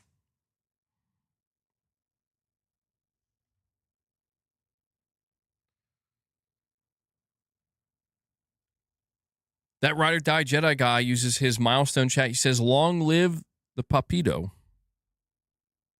Yeah, he's got to stop begging for food, though. Like, he keeps begging for food constantly, you know? He's like addicted. He wants human food. It's like, bro, stop. And his treats. When is the member stream? I don't know exactly when it'll be. It'll be sometime this week, Zanarkhan. I will tell you this. We will be doing something early Friday morning, for sure. We will be doing a members lounge at the very least. Friday mornings are when we're going to bring back Morning with the Misses, but that Morning with the Misses isn't coming back until September. So in the meantime, I'm going to fill in that slot with an extra members lounge. So this Friday morning, for sure, we will be doing a members stream. I'll probably do another one at some point during this week, though, where I want to do something a little bit different, like I said. I'll try my best to let you know. Just tune into each stream if you can and ask me, and I'll let you know if we're doing it that day. Sorry, I know I'm a little bit all over the place with the schedule. I apologize. Make sure you have notifications turned on. I'm sure you do, but...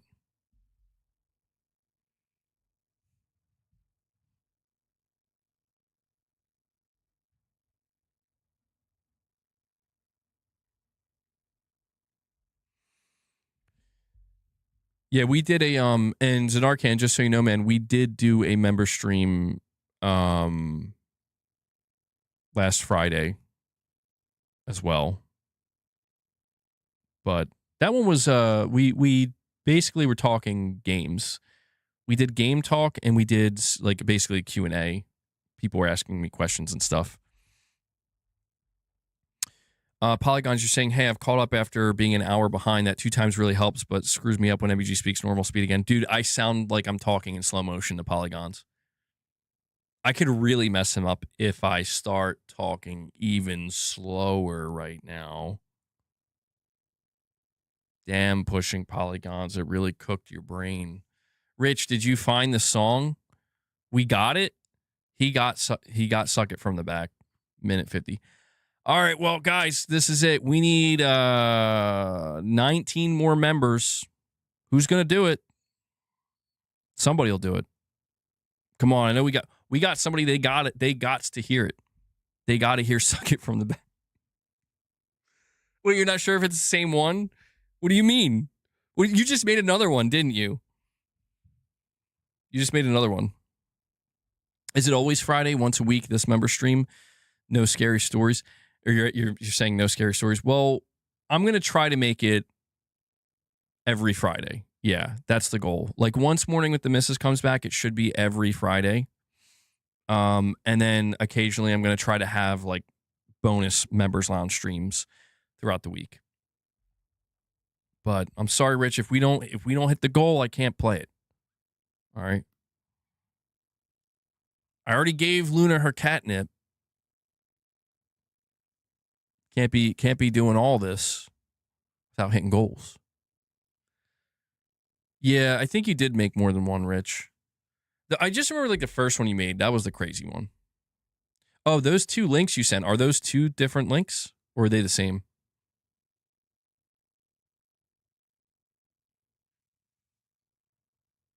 Just play it.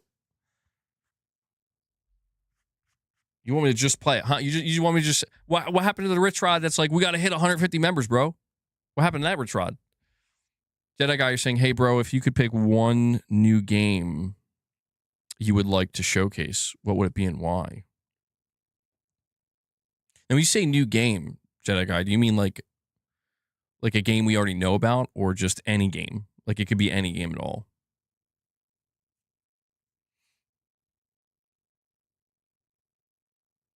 Because my answer, I think, changes dramatically depending on what you mean.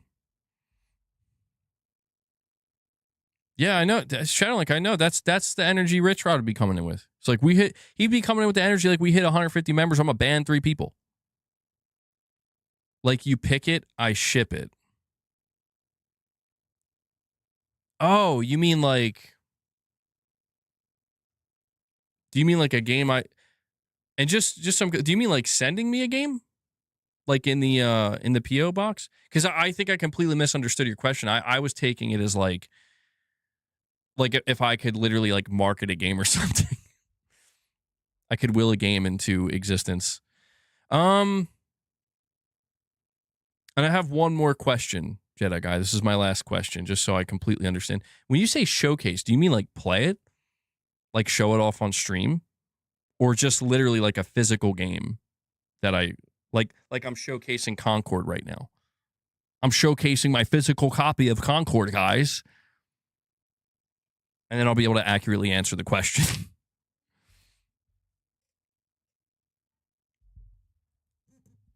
All right. Oh, yeah. We're at the 1 minute mark, guys, by the way. So this is it.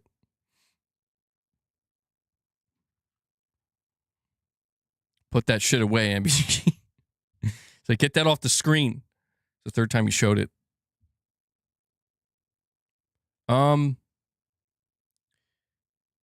Yes, sir, exactly. I ship, we all get to watch you play. I'm assuming it could be a new game, too. I don't know. Like...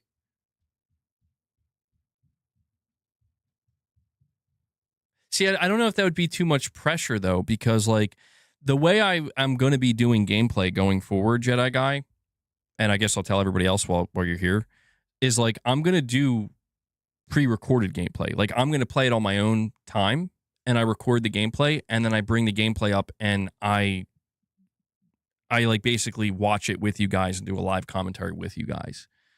That's how I want to do gameplay, because I don't do well with doing live gameplay. I've done it many times, but I can't stand it because I can't manage.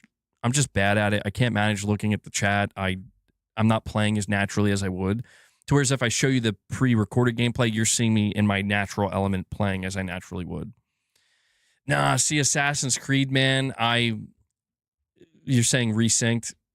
I don't know that I would play that. I mean, I'm thinking about like upcoming games, perhaps, that I'd be willing to play. I mean, Control Resonant is one I'm looking forward to. Onimusha, I don't know if I'm going to get to it. Mortal Shell 2 looks good. I mean, obviously there's Wolverine, Metal Gear Collection. I mean, I got that one locked in though. I don't know, man. I mean, Jedi Guy, it's up to you. I don't want to like.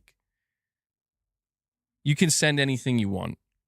There isn't the games that I'm planning on playing though are like newer ones that are coming up, and I don't know how difficult that would be to, ship that out or whatever. But Wolverine, it is.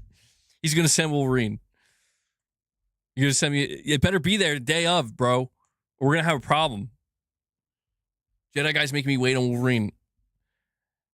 But guys, I think that's gonna wrap up today's stream.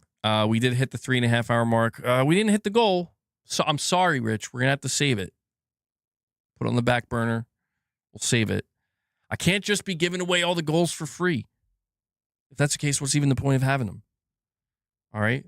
So maybe next time, Rich. But at least we know you have it, though. You have my word as an airborne guy. Well, it's very kind of you, Jedi Guy. I appreciate that. I appreciate that, bro. But yeah, that's going to do it for today's episode. Oh, wait. Yeah. Fuck, you're right. You're right, Ray. Oh, no, you're right.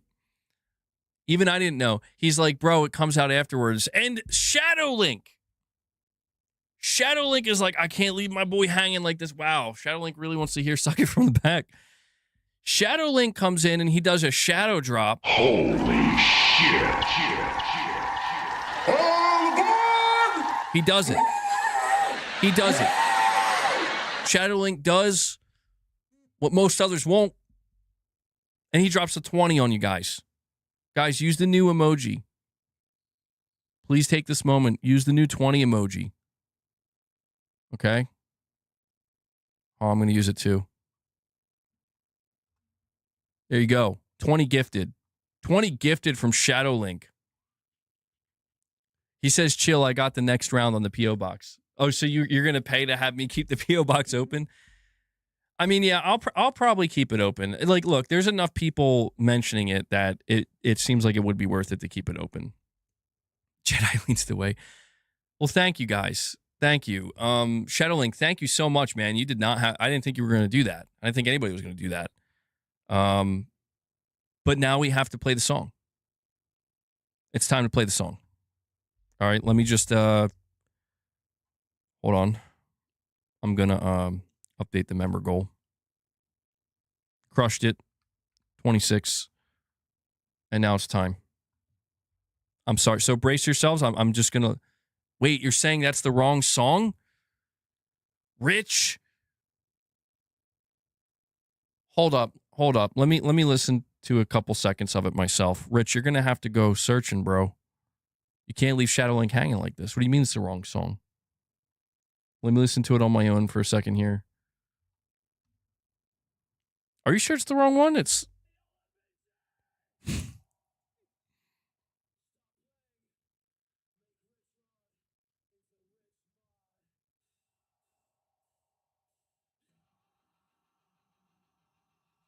All right, well... Okay, I forgot how much it sounds like Slipknot. I don't think it's not coming through, right? Yeah, let me... Okay. I don't know if this is the original one. It sounds good to me, though. This is called Suck It From the Back. It's Richrod. It's 1 minute and 50 seconds. I'm letting you know it's heavy and it's loud. I'm giving you that warning now. This was back when he was begging to be a Rich mod. Here we go. Hey, yo, BJ! Stop playing. Make Richrod into Rich Mod.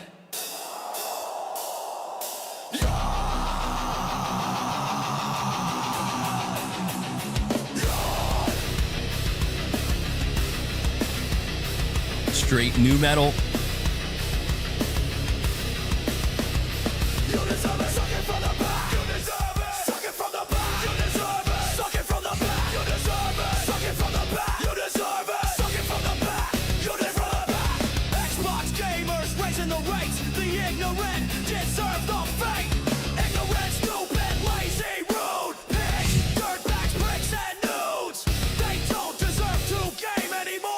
Oh my God. I forgot how, dude, I think this is the original.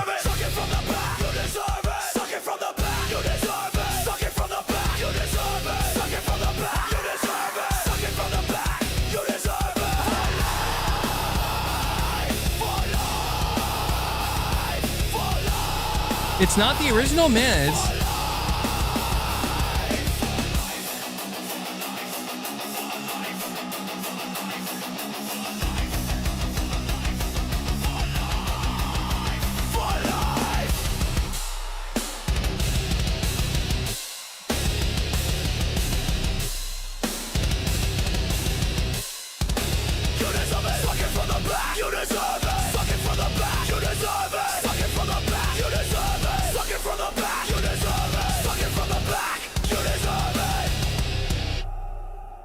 well, there you go.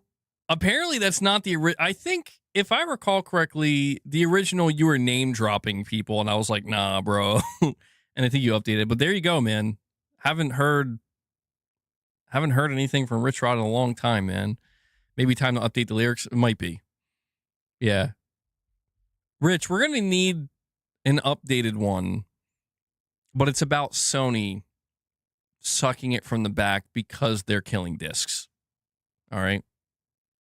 If you want to work on that at some point, but there you go. Shadowlink paid a lot of money for that. Thank you again, Shadowlink, for helping us hit the goal today. I really didn't think we were going to do it, but I don't know, Irfan. I'm not sure. I don't know. That's how Rich made it. He could, you know what? He gets full creative freedom. If you want to make one about, I know it's hard for you, Rich. I know it's hard. But if you want to make one about Sony and the disc situation, I'll accept it. We welcome it. Okay? Jedi Guy enjoyed it. I know Shadowlink is enjoying it. He's just driving. He's probably headbanging while he's driving. Hopefully nobody heard what he was listening to. It definitely has heavy Slipknot vibes, though.